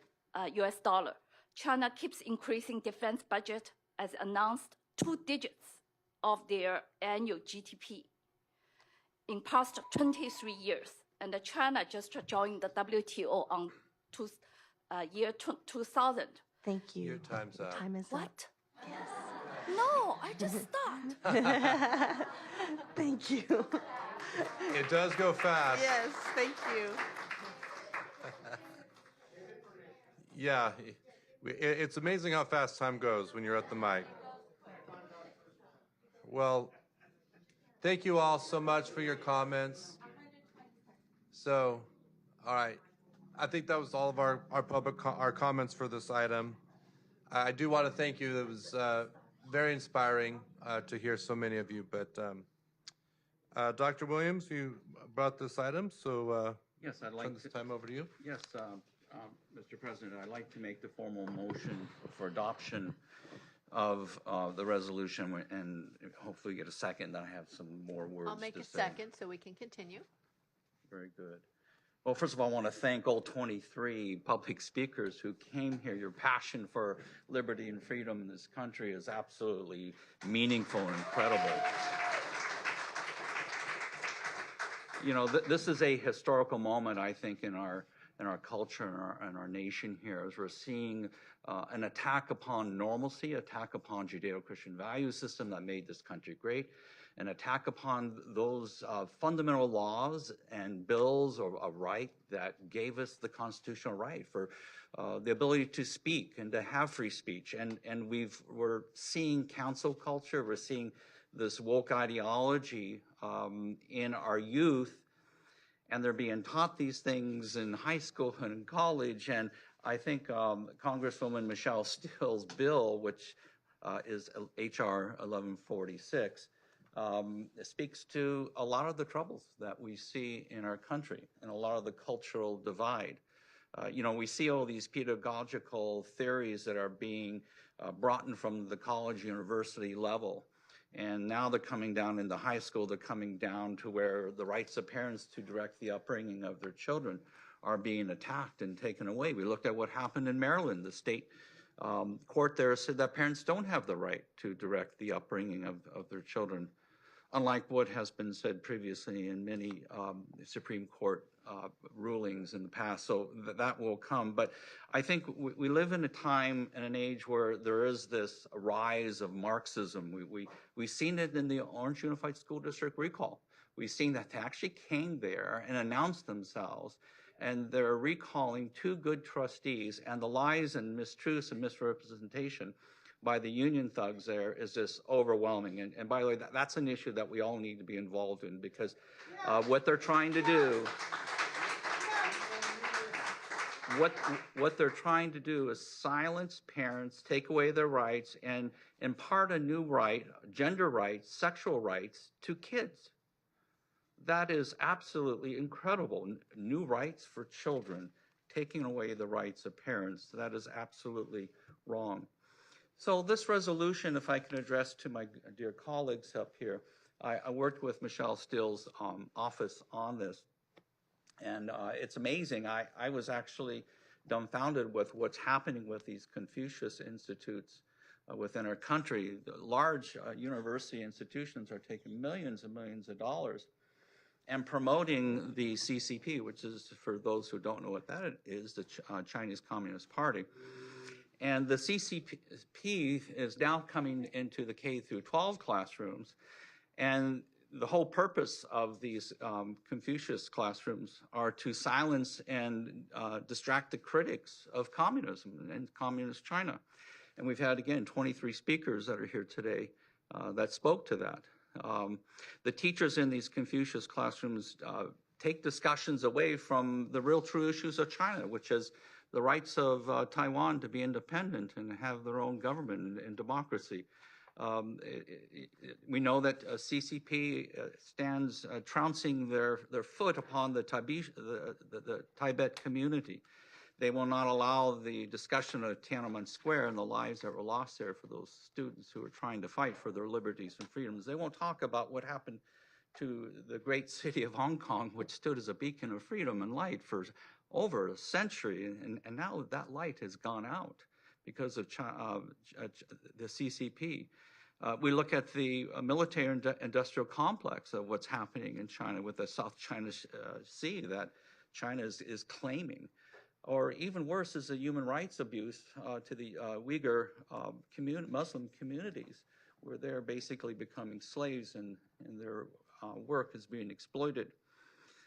So this this resolution talks about a lot, and it's really deep, and I had to really edit out and reduce a lot of the language. And I welcome you to read it in its entirety. The actual bill by Michelle Steele is called Stop Higher Education Espionage and Theft Act of 2023. And Michelle Steele, along with Ms. Stefanik and Mr. Crenshaw, are the ones that introduced this there in Washington, D.C.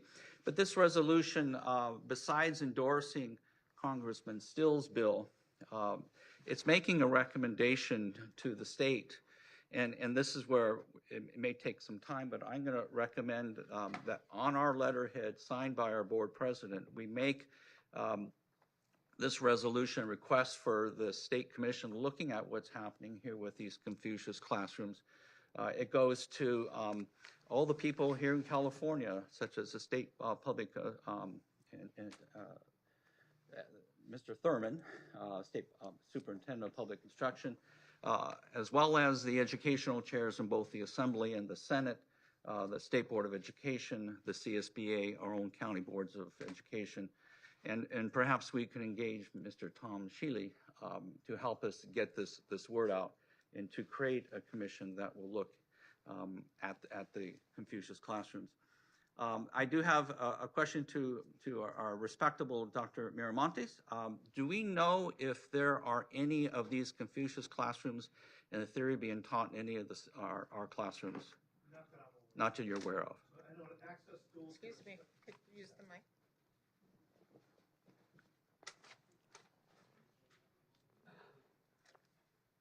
Thank you, Mrs. Boyd. So I know that in our access schools and our special schools, which we're responsible for, there are none. And I don't believe there are any in the county either. Okay. But I can find out for you. Staff That can would, look at that would be wonderful. I meet with the superintendents this Friday, so I can ask the superintendents. Thank you, sir. Sure. You're very honorable. So, you know, the words that were shared by the people talking today, I want to direct your kind words to me, but it's everybody here. It's not me. It's all 5 of us here who believe in the same values that you all believe in. And we so deeply appreciate and are moved by your presence that you would take from your personal time to be here. Thank you very much. We are about protecting our children. We are about protecting their innocence and opposing anybody that would take away that innocence. And that's a shared vision by my board. So with that, I will yield.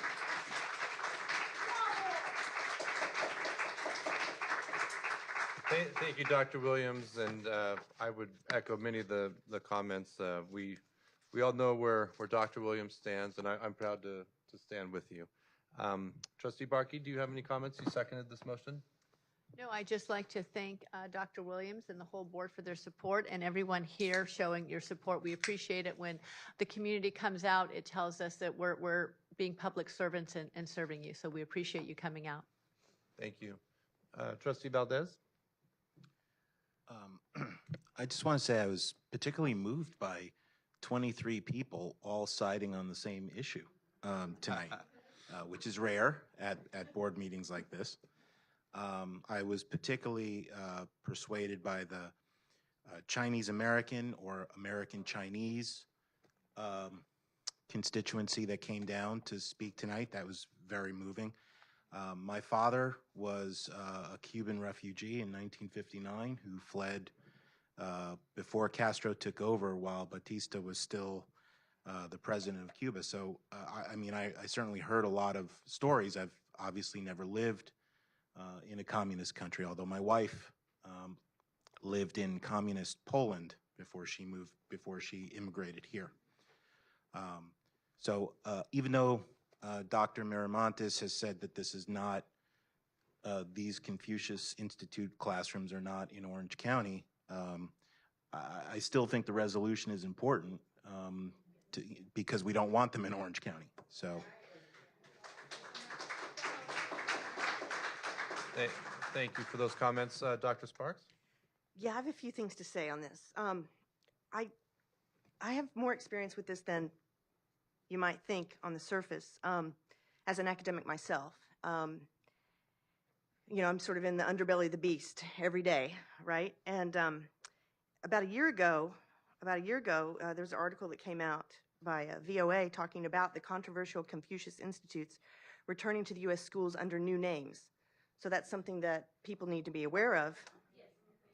Confucius Institutes are, the controversial Beijing-backed language and cultural learning centers, most of which were closed throughout the United States after being designated a foreign mission by the State Department, are rebranding and reopening, according to a report by the National Association of Scholars. Of the 118 Confucius Institutes that once existed in the United States, 104 were closed as of June 21, about a year ago, and 4 more were in the process of shutting down. Of those, at least 28 have replaced their Confucius Institute with a similar program, and at least 58 have maintained close relationships with their former Confucius Institute partner. So how many have been shut? How many are rebranding with new names? I see this happen all the time in the academic world. I want you to know my personal understanding and experience with these Confucius Institutes and the ways that they use academic malware and language to inject into the university system of higher ed. I've seen it at many different institutions. In 1987, I had my first experience as a student studying abroad, and I spent spring break in then communist Russia. And I was a photographer, and I took pictures of, I was a 20-year-old student taking pictures, and people stole my film out of my hotel room. And I was just taking pictures as a kid, That's just one of many stories that I have from that time, and that opened my eyes way back then in 1987. Okay, fast forward, I've taken travel courses to communist Cuba. And I have exposed our undergraduate students at Chapman University to the messaging that goes on, the propaganda that goes on in the communist system. I gave them an activity where I gave them 20 of the convertible pesos to go into a government-run store and see how much food they could get, because that was the amount that a family would get to eat on for a week. And they came back to the bus with one head of lettuce, one of them brought me some flowers, of course, right? But very little. They would come back to the bus with that assignment that I gave them, and it really opened their eyes. So there are some students that are getting an education. Not all professors are are fitting your stereotype. Many of us are trying to really bring a balanced approach to education. In terms of K-12, I don't know exactly what's going on in K-12. I do know some professors that I actually know and or staff members who worked in Confucius Institutes at my former institution of George Mason University. So I also think that that back then in 2004, when these were first springing up, I think a lot of universities didn't know and weren't aware that it was the government, the Chinese government infiltrating at the time. Now, at some point they probably did. I do not know, but I do want to throw that out. And then to the point about academic freedom, which I am very much in favor of academic freedom, these institutes actually are doing the opposite, because they are actually not telling the real story and repressing a lot of the information for students that are exposed to their curriculum. So those are other things that I think we need to be aware of. I am pro-academic freedom in all things, particularly more so in higher ed than in K-12, where it's a prescribed curriculum. Nonetheless, I think we all need to be sort of aware that we don't want government entities coming into our institutes of K-12 as well as higher education. So I just wanted to share that because I have a lot more experience with this than people may have thought on the surface. Thank you. Well, thank you, Lisa. Can I say one more thing? Oh, sure. Dr. Williams? Just one more thing that I'd like to share. Rosie, where are you? Rosie Avila. Rosie, my dear friend, as I have shared many times in the past, you are my mentor, my dear friend. And when I came on the school board in 1996, you served as that individual, guiding me and giving me insight. Thank you so very much. Thank you, yeah. My only comment, everyone was speaking, I teach a political science class part-time, and I have a section on the Cold War, and I show my students a video, the building of the Berlin Wall. And it always strikes me when you're watching that, and when a government has to put a wall on the border with guns pointed in to keep the people in, you kind of kind of tells you everything you probably need to know about, communist governments. Is people are doing everything they could to get out of there, and they have to. Everyone was leaving, so they have to put a wall up and put the guns in to keep people in. So, what a commentary that is. So, thank you again for all your comments and from my colleagues. So, I think we heard a motion from Dr. Williams and second by I just Trustee have one Barkey. little One more. edit that I noticed on page 43 on point number 3 at the very end. It says recommended high education. I would say higher education institutions. And then I would take out the word and after it says K-12 school districts scrutinize foreign funding of curricula. I would just take out the word and to have a complete sentence there. The friendly amendment accepted. Very good. So with those edits, all in favor? Aye. Aye. Any opposed? Passes unanimously. Thank you.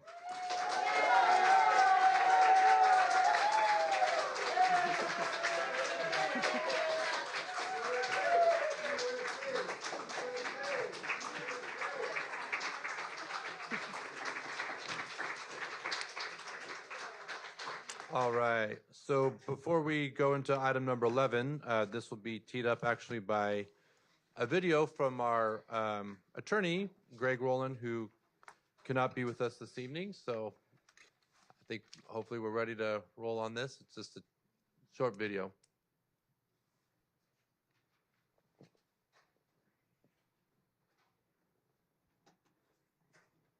Honorable trustees, members of the public, and superintendent staff. I'm sorry that I could not be with you this evening, but I cannot miss an opportunity to share a success story. Success of the board, the success for county boards throughout the state of California, and a success for the democratic process. As you might recall, on June 7, we took an opposition position to AB 764, a bill authored by Assemblymember Isaac Bryan entitled the Fair Maps Act. We publicly took issue with the bill primarily because it created a private right of action against local bodies for anyone displeased with the redistricting process or any election involving a local redistricting. And we were deeply concerned that the bill could conceivably compromise consideration of communities of interest in counties where the Board of Supervisors and the Board of Education had the same number of members. In early July, Sheehy Strategy Group, on behalf of the board, formally filed an opposition letter and began advocacy efforts in Sacramento. We engaged in discussions with Ethan Jones of Assemblymember Bryan's staff. Shortly thereafter, the bill was amended to place reasonable restrictions on the private right of action. But our work was not done. On July 20, we contacted the California County Boards of Education, CCBE, and requested the email addresses of every county superintendent. The very next day, every county superintendent received our opposition letter, an analysis of AB 764, contact information, and the legislative schedule. Later that week, we proposed amendments that we believed would protect communities of interest and County Board of Education autonomy. This is important. It is easy to identify a problem, but we proposed a solution. We proposed an alternative. And the bill's author was receptive, but they needed an answer. The Board Executive Committee was forced to act decisively and assert that we would remove our opposition in exchange for the amendments. On August 22nd, we heard from Assemblymember Bryan's office, who wrote, "For a variety of reasons, we concluded that changing the word shall to may, as you suggested in the last email, was going to create complications and ambiguities in Section 1002 of the Education Code. That being the case, to address the concern your client raised without creating those ambiguities, we decided to delete subdivisions E and F of Section 1002 entirely. We received this directly from the author's office, and we're waiting to see the amendments in print." That is what you call a win-win. That's a win for Orange County, it's a win for county boards of education, and more importantly, it's a win for the democratic process. That is how government is supposed to work. That is what happens when a highly motivated group of citizens makes their voices heard, and that is what happens when people listen to those voices. We thank Assemblymember Bryan's office and his staff for their good work and deep consideration of the board's concerns. We thank Sheehy Strategy Group for their tireless efforts, and we are thankful the government can still work for the common good of all Californians. And with that, upon verification of the amendments in print, I recommend the Orange County Board of Education formally withdraw its opposition to AB 764. Thank you. So on the advice of our advocate in Sacramento, Mr. Sheehy, and our attorney, Mr. Rowland, the executive committee did place this position of on Assembly Bill 764 on the agenda. And since the author has accepted the amendments that we suggested, as you heard Mr. Rowland suggest, his recommendation is that we formally withdraw our opposition to the bill. So Is that a motion? Oh, I'll make that motion. I'll second it. Okay, thank you, Dr. Sparks. Any questions or comments from anybody? So all in favor of that motion? Aye. Aye. Any opposed? Very good. So passes unanimously, and we will send that letter tomorrow. Mr. Sheehy has prepared a letter we will send in immediately tomorrow morning. So that's great. Okay, so we will proceed to item number 12, adopt resolution number 18-23, identifying the GAN actual appropriations limit for 2022 to 2023 and the GAN estimated appropriations limit for 2023 to 2024. Did the staff have anything to present on this? Whole lot of nothing? All right. Do I hear a motion? I'll make the motion. Moved by Dr. Williams. I will second. All in favor? Aye. Aye. Any opposed? All right. We'll proceed to information items, communication, information discussion. But is there a budget update, Renee?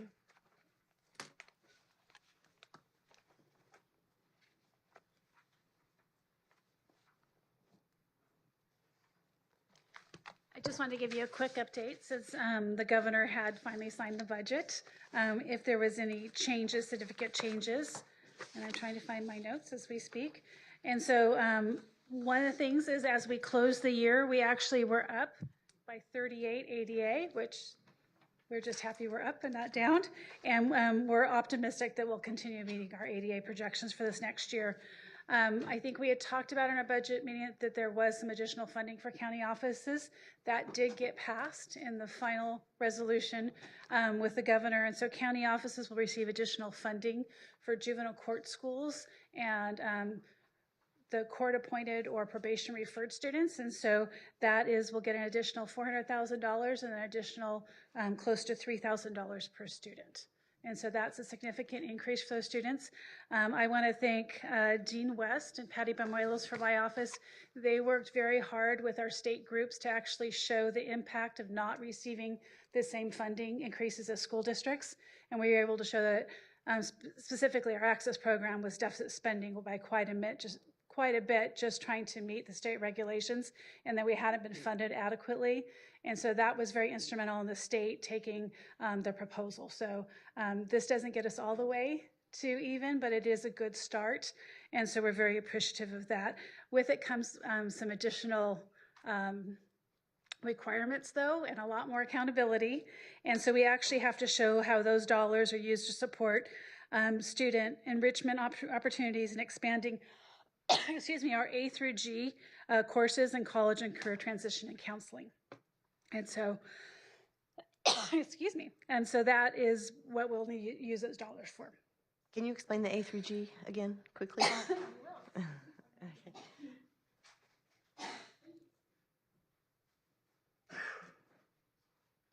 This is contagious. It's contagious, yeah. Wow. So the A through G is that classes that are qualified for higher education. And so that's to make sure our students are ready for college, basically. And so they have specific criteria to do that.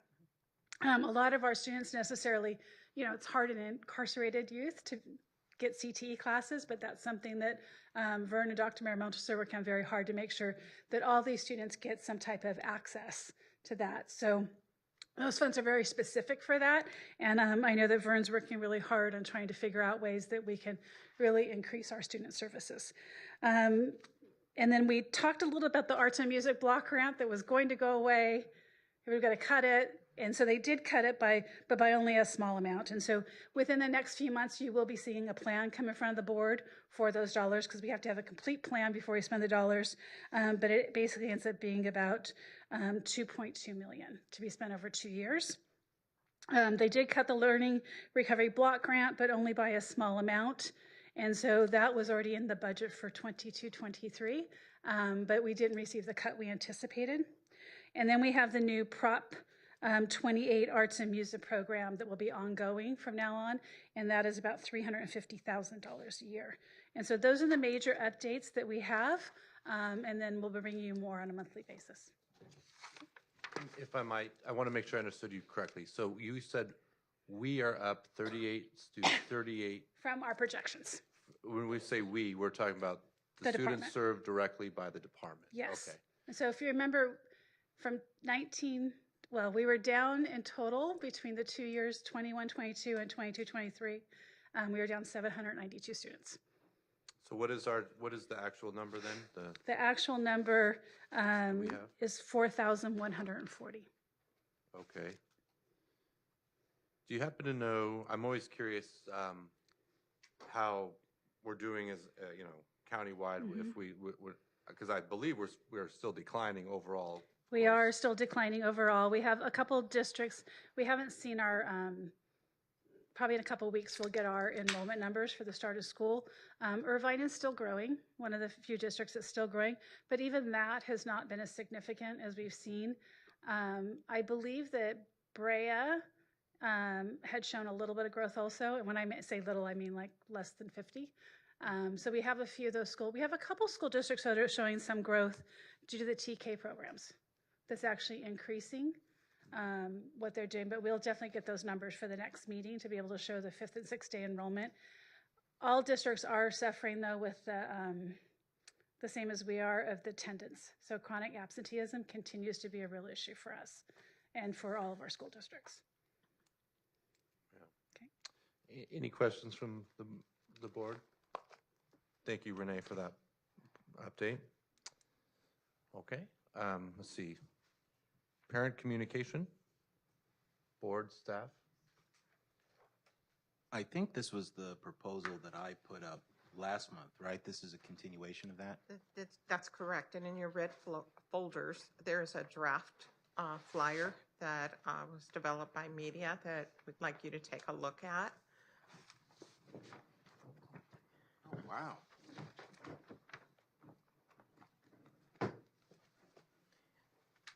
And this would, I think it captures all of the information that you all had discussed in terms of providing information related to the board's inter-district policy.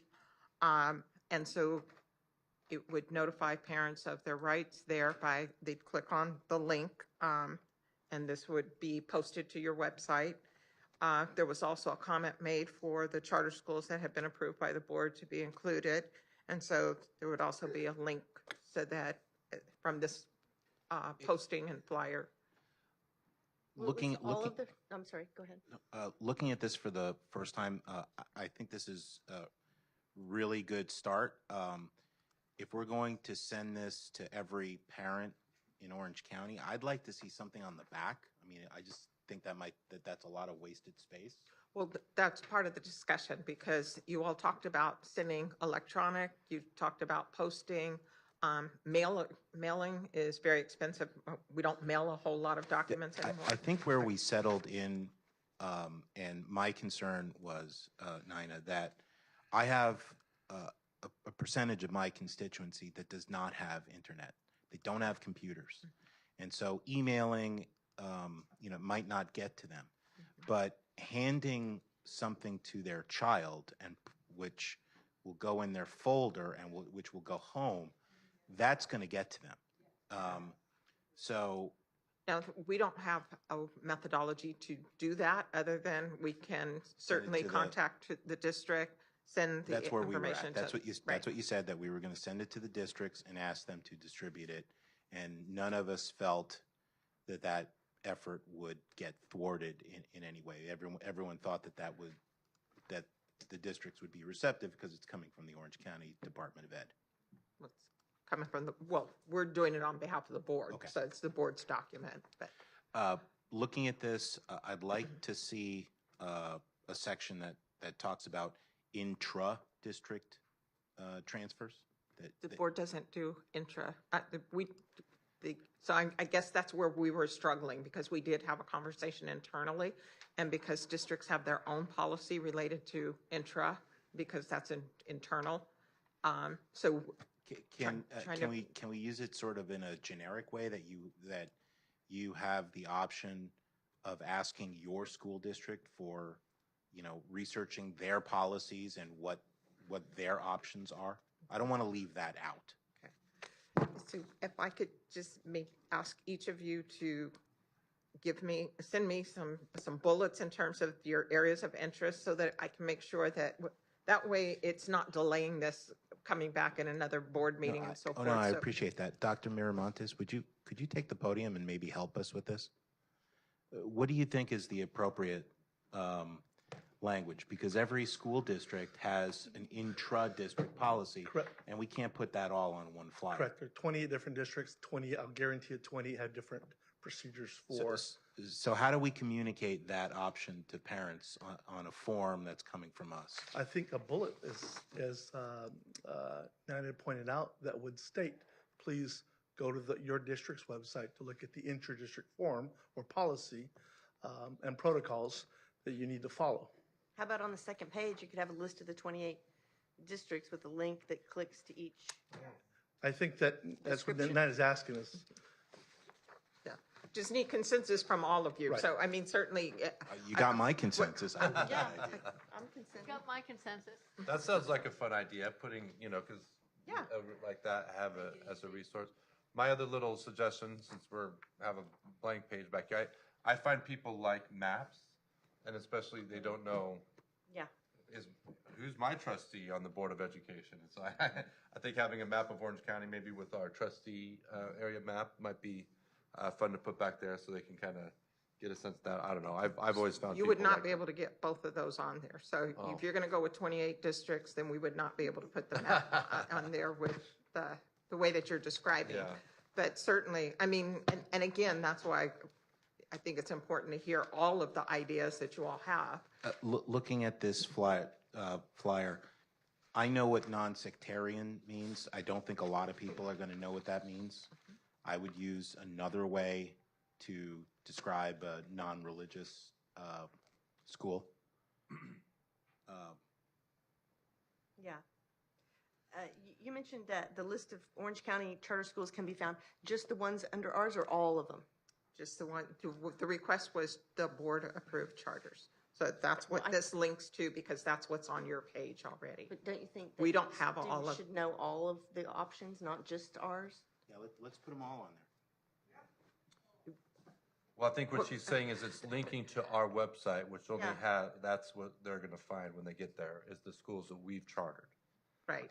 The other charters are either listed under the school districts, and so that's already under on the directory page.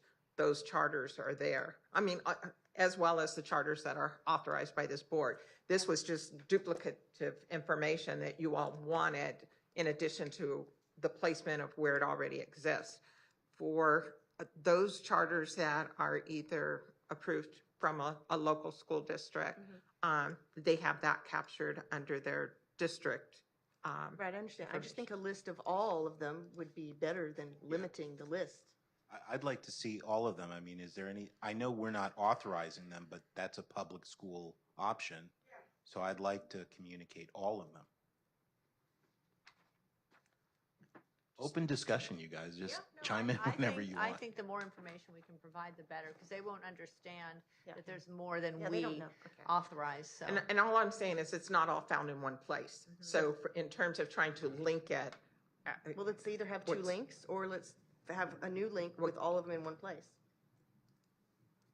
You want to add all of the charters that are that exist in Orange County on your website? Because if we add those to your, and then we just have those that are approved by the board, and then other charters that are, then that's still going to the link, and we would be I have no problem potentially. with that. Yeah, that's good. Charters under the board, other charters available in Orange County. Yeah. You'll just make it clear on the page that Yeah. which district has chartered that, I assume? So maybe you have, well, what? When you go to the charter school page, you'll have the ones that we've chartered. Let me work with media, What is and that? we'll come up with what's doable, because Okay. again, I don't know. I mean, I'm taking the information.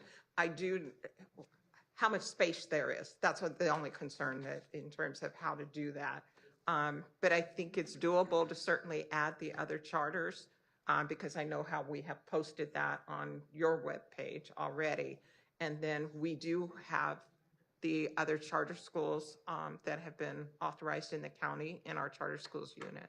So we'll be able to get that. I'm just not sure if it's mapped to who approved them. And so that would just take some additional time. So we'll check that out.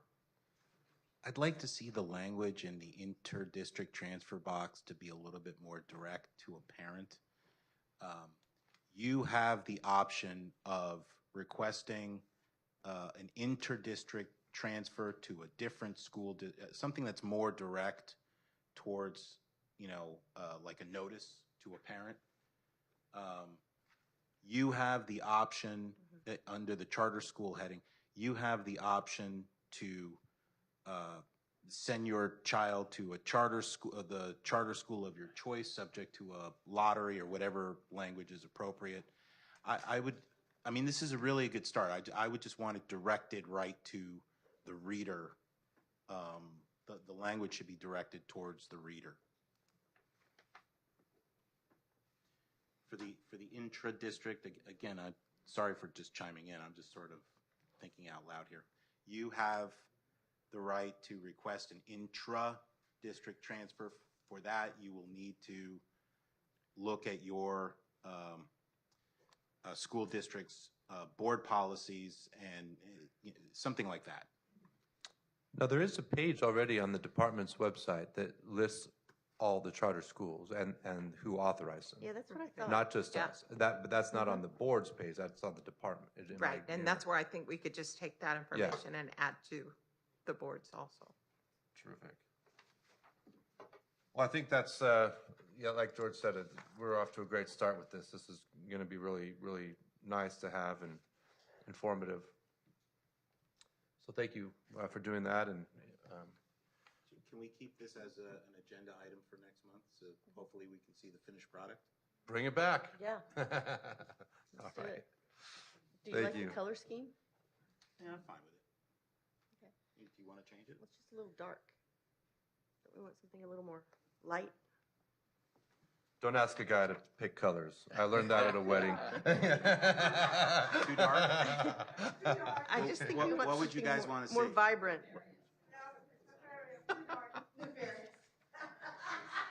So, like, you know, It would stand out, though, like yellows. because most of the papers are white. I was thinking yellow. I Yellow. love pink, but not everybody does, so I'll go with yellow. Red, yellows, I don't know, blues and yellows.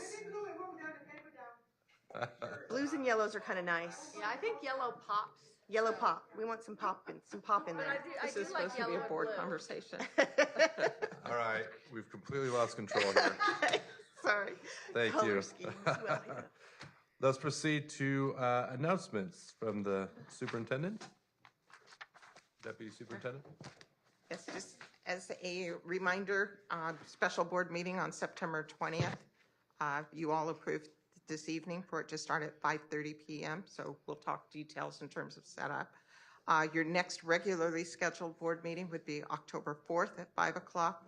Submission deadline is the same day as your special board meeting on September 20th. We want to make sure I bring that to your attention.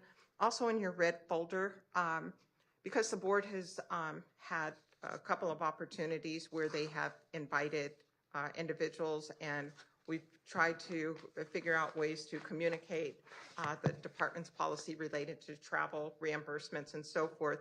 We developed a one-page document that we think will be easier in terms of you all communicating with individuals that are traveling on behalf of the board and have been approved. So I just wanted to make sure we had sent this to the executive committee, but we wanted the full board to have the information. And so I just wanted to draw your attention to that. It follows the same policy that we utilize for staff here at the department, as well as when the board is traveling. And we were able to put it in a document that would make it easy if we need to send something to someone so that they can get reimbursed. That's great. I appreciate that. And then I think that's all I have for you. There's a calendar of events, I'm sorry, also in your folder, just reminding you of dates for the Orange County School Boards Association meetings this year.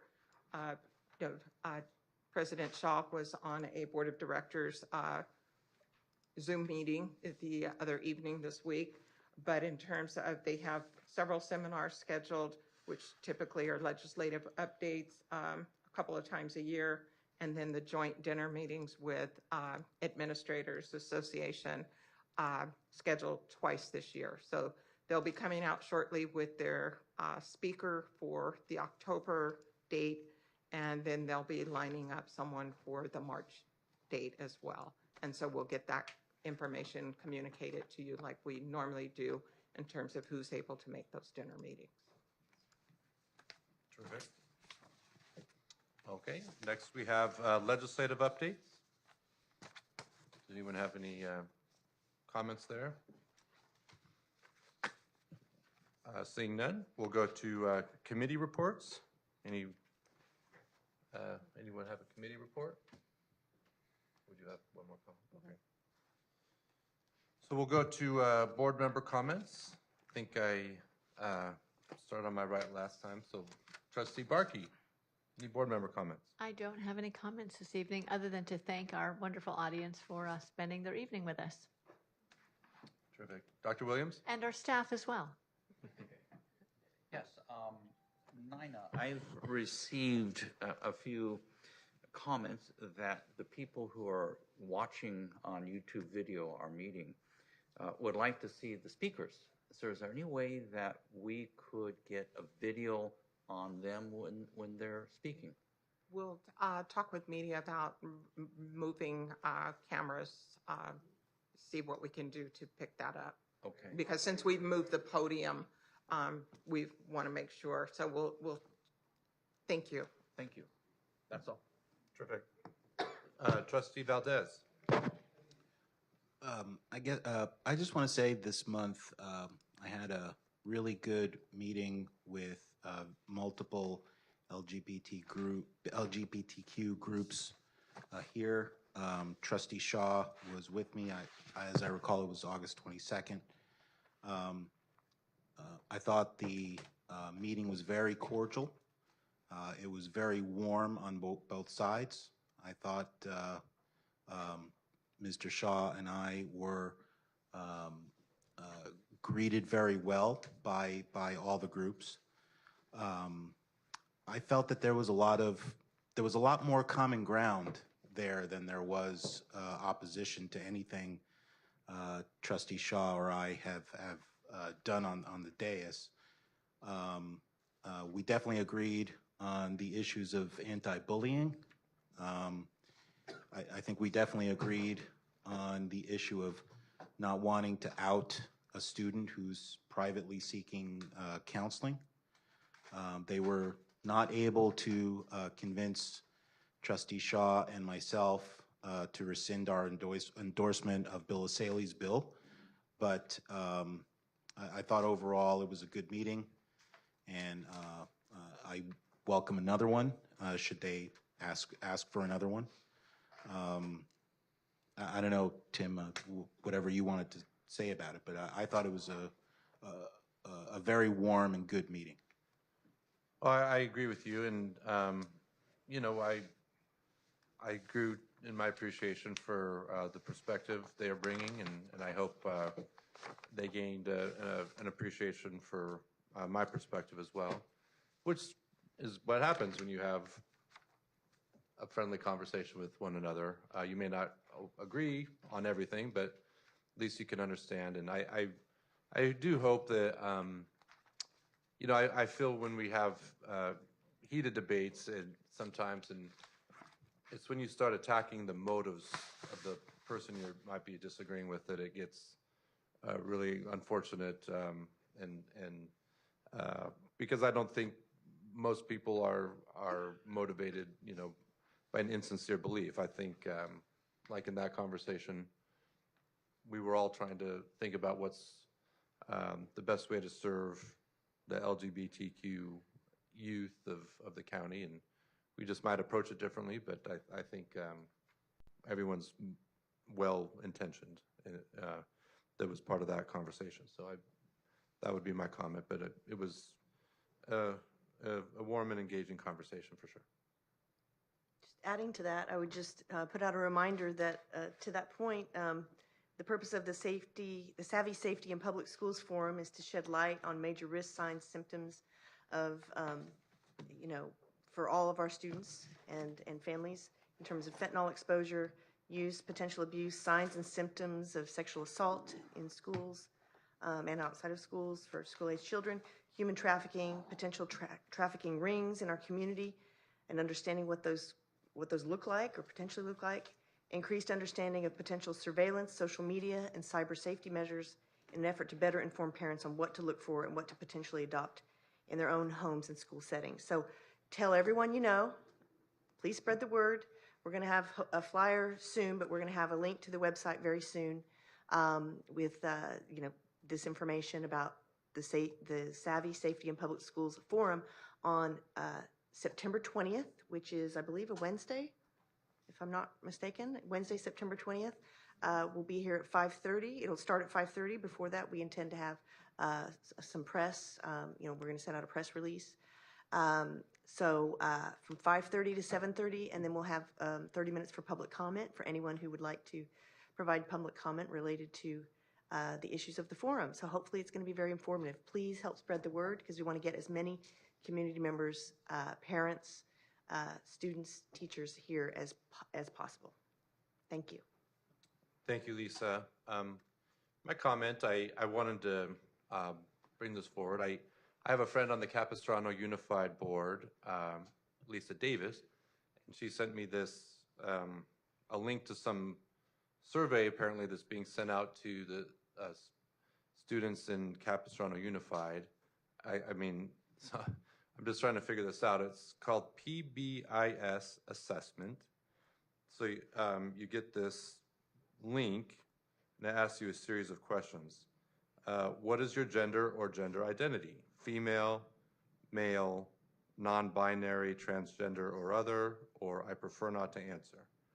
Then the next, which of the following best describes you?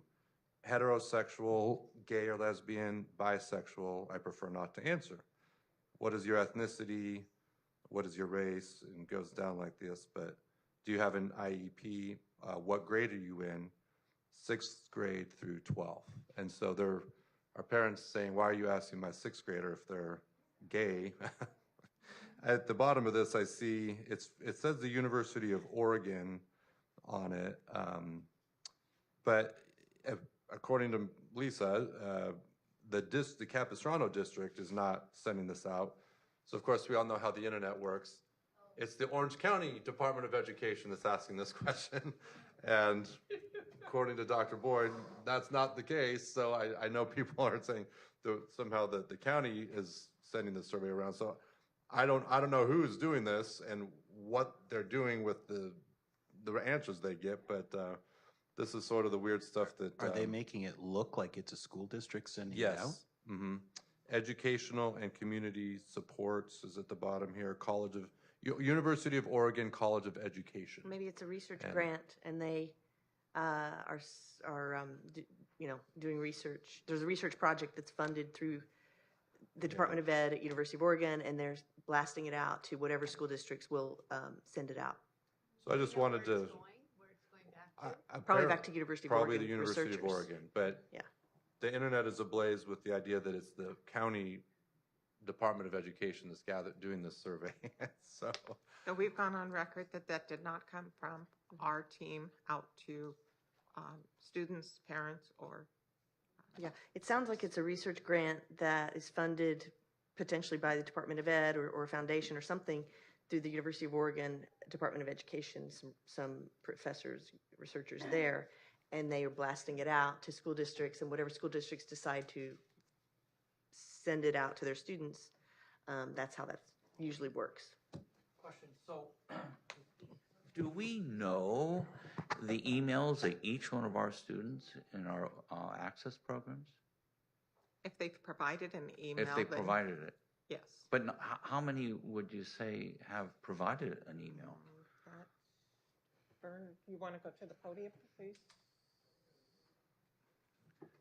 I find this fascinating, this information, how our kids, without parental notice and consent, getting these surveys, which are illegal, as I understand it, to the education codes. To answer your question, it's not something we ask for from students. We have ways to communicate with them, school-based ways, so we don't ask for an email. We may ask for a parent's email as a way of, communicating with them if the student doesn't show up, but it's not a regularly asked question. But offhand, I don't know, just thinking top of my head, I would say maybe 5% we would have. But again, that may be in lieu of the parent may not have an email, so the student will provide an email that the parent has access to. But it's not something we would, actively pursue. Right, because Vern, tell me if I'm wrong. I think I'm right. The education code is clear in that the surveys have to be approved by the parents, correct? Mm-hmm. Right. And there's always an option for the parents to opt out of the Opt survey. out. So they would get it, and then they can opt out. Yeah. So, interesting situation. Wow. That should be the case. I mean, with the institutional review boards that you have to go, the approval processes that you have to go through, that should be the case that the people who are getting that survey have opted in. The parents should be getting something to have a link to be able to do that. But that should be investigated, I think. Yeah. Okay. That's important, Nina. Thank Sounds you for like a saying class it's not much. action. All right. Thank you. Well, that was it for our board member comments. We did receive a. Yes, we have one, I think, final public comment, Stephen McNally.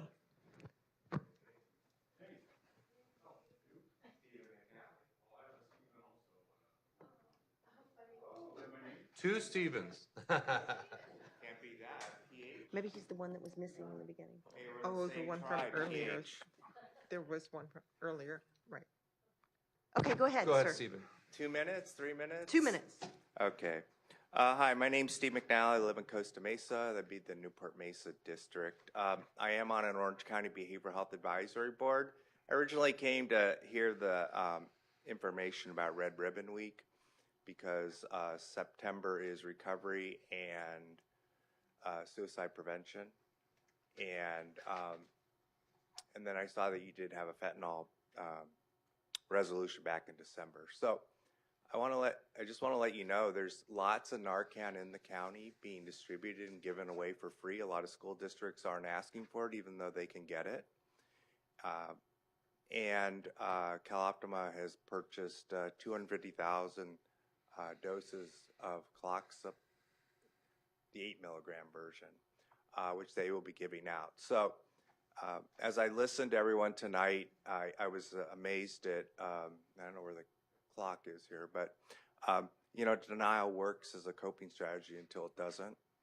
It's like your kids don't wake up and all of a sudden something's wrong. So what I did like about what you were talking about going into the schools was teaching families how easy it is to control their destiny at public meetings and educating them, because families don't know they're not healthy until it's too late. And it's very easy. So if you do figure out how to distribute through all the schools, I would love to know about that. And also if the superintendents ever meet as a group publicly when the public can meet with them, that would be helpful. And because everything is sort of done bureaucracy to bureaucracy in our county, and it's not an easy county to work in relative to other counties in the state. And I visit other county meetings. So if you have any interest in behavioral health, mental health, substance use disorder, I'll give someone my card, and it's I'll finish up completely citizen board with one supervisor. So it's different than most county boards, which are staff, funders, providers, all together. So Thank you. And we have the other Stephen who I think maybe you walked out of the room when we called your name last time, so go ahead.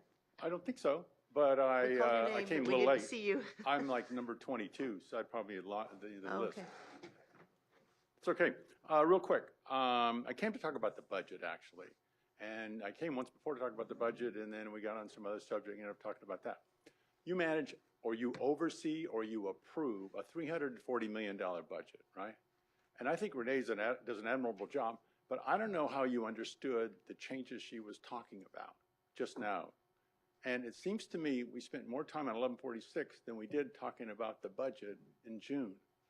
And I'm concerned, there was an article in the Wall Street Journal today, and I know Trustee Barkey reads the Wall Street Journal, about the government trying to put internet services in rural areas. They have something like $60 billion that they can spend on it. And it's incredible the difference in what they're spending in some areas versus others. Difference is like average of $13,000 in some areas and $1,700 in other areas. And when the Wall Street Journal puts your name or your business or your government business on its cover, on the front page, you know you're in trouble because everybody's going to start asking a lot of questions. So it got me thinking about the budget and how much time you spend asking questions about how that money is spent. The services provided to the school districts, are they good, bad? What's the service level? What's the cost? Could an outside service provide better service in payroll processing than you can provide here at the county? Those are questions I think in managing a $340 million budget you should be asking to see how good a job they're doing, how they can improve. Budgets are about doing, not just money, about doing. Second comment, 1146. Really? Really? There are no successful communist countries in the world and never have been. Communism simply doesn't work. Free market capitalism works. You don't need to be worried about China. China right now is suffering. She is trying to control the economy, and they are suffering. They're either staying the same or going backwards. Lastly, this issue right now Thank about you. the survey. Your time is about up. the Thank you. survey. Why don't Thank we you. just call the University of Oregon and find out what's going on? Thank you, sir. Your time is up. Thank you. Well, thank you for those comments and for everyone's participation. So that I think we will stand adjourned until Wednesday, October 4th, 2023 at 5 p.m. September Oh, 20th. sorry. September 20th. I started reading this 5:30. September 20th at our special meeting. We'll see you then.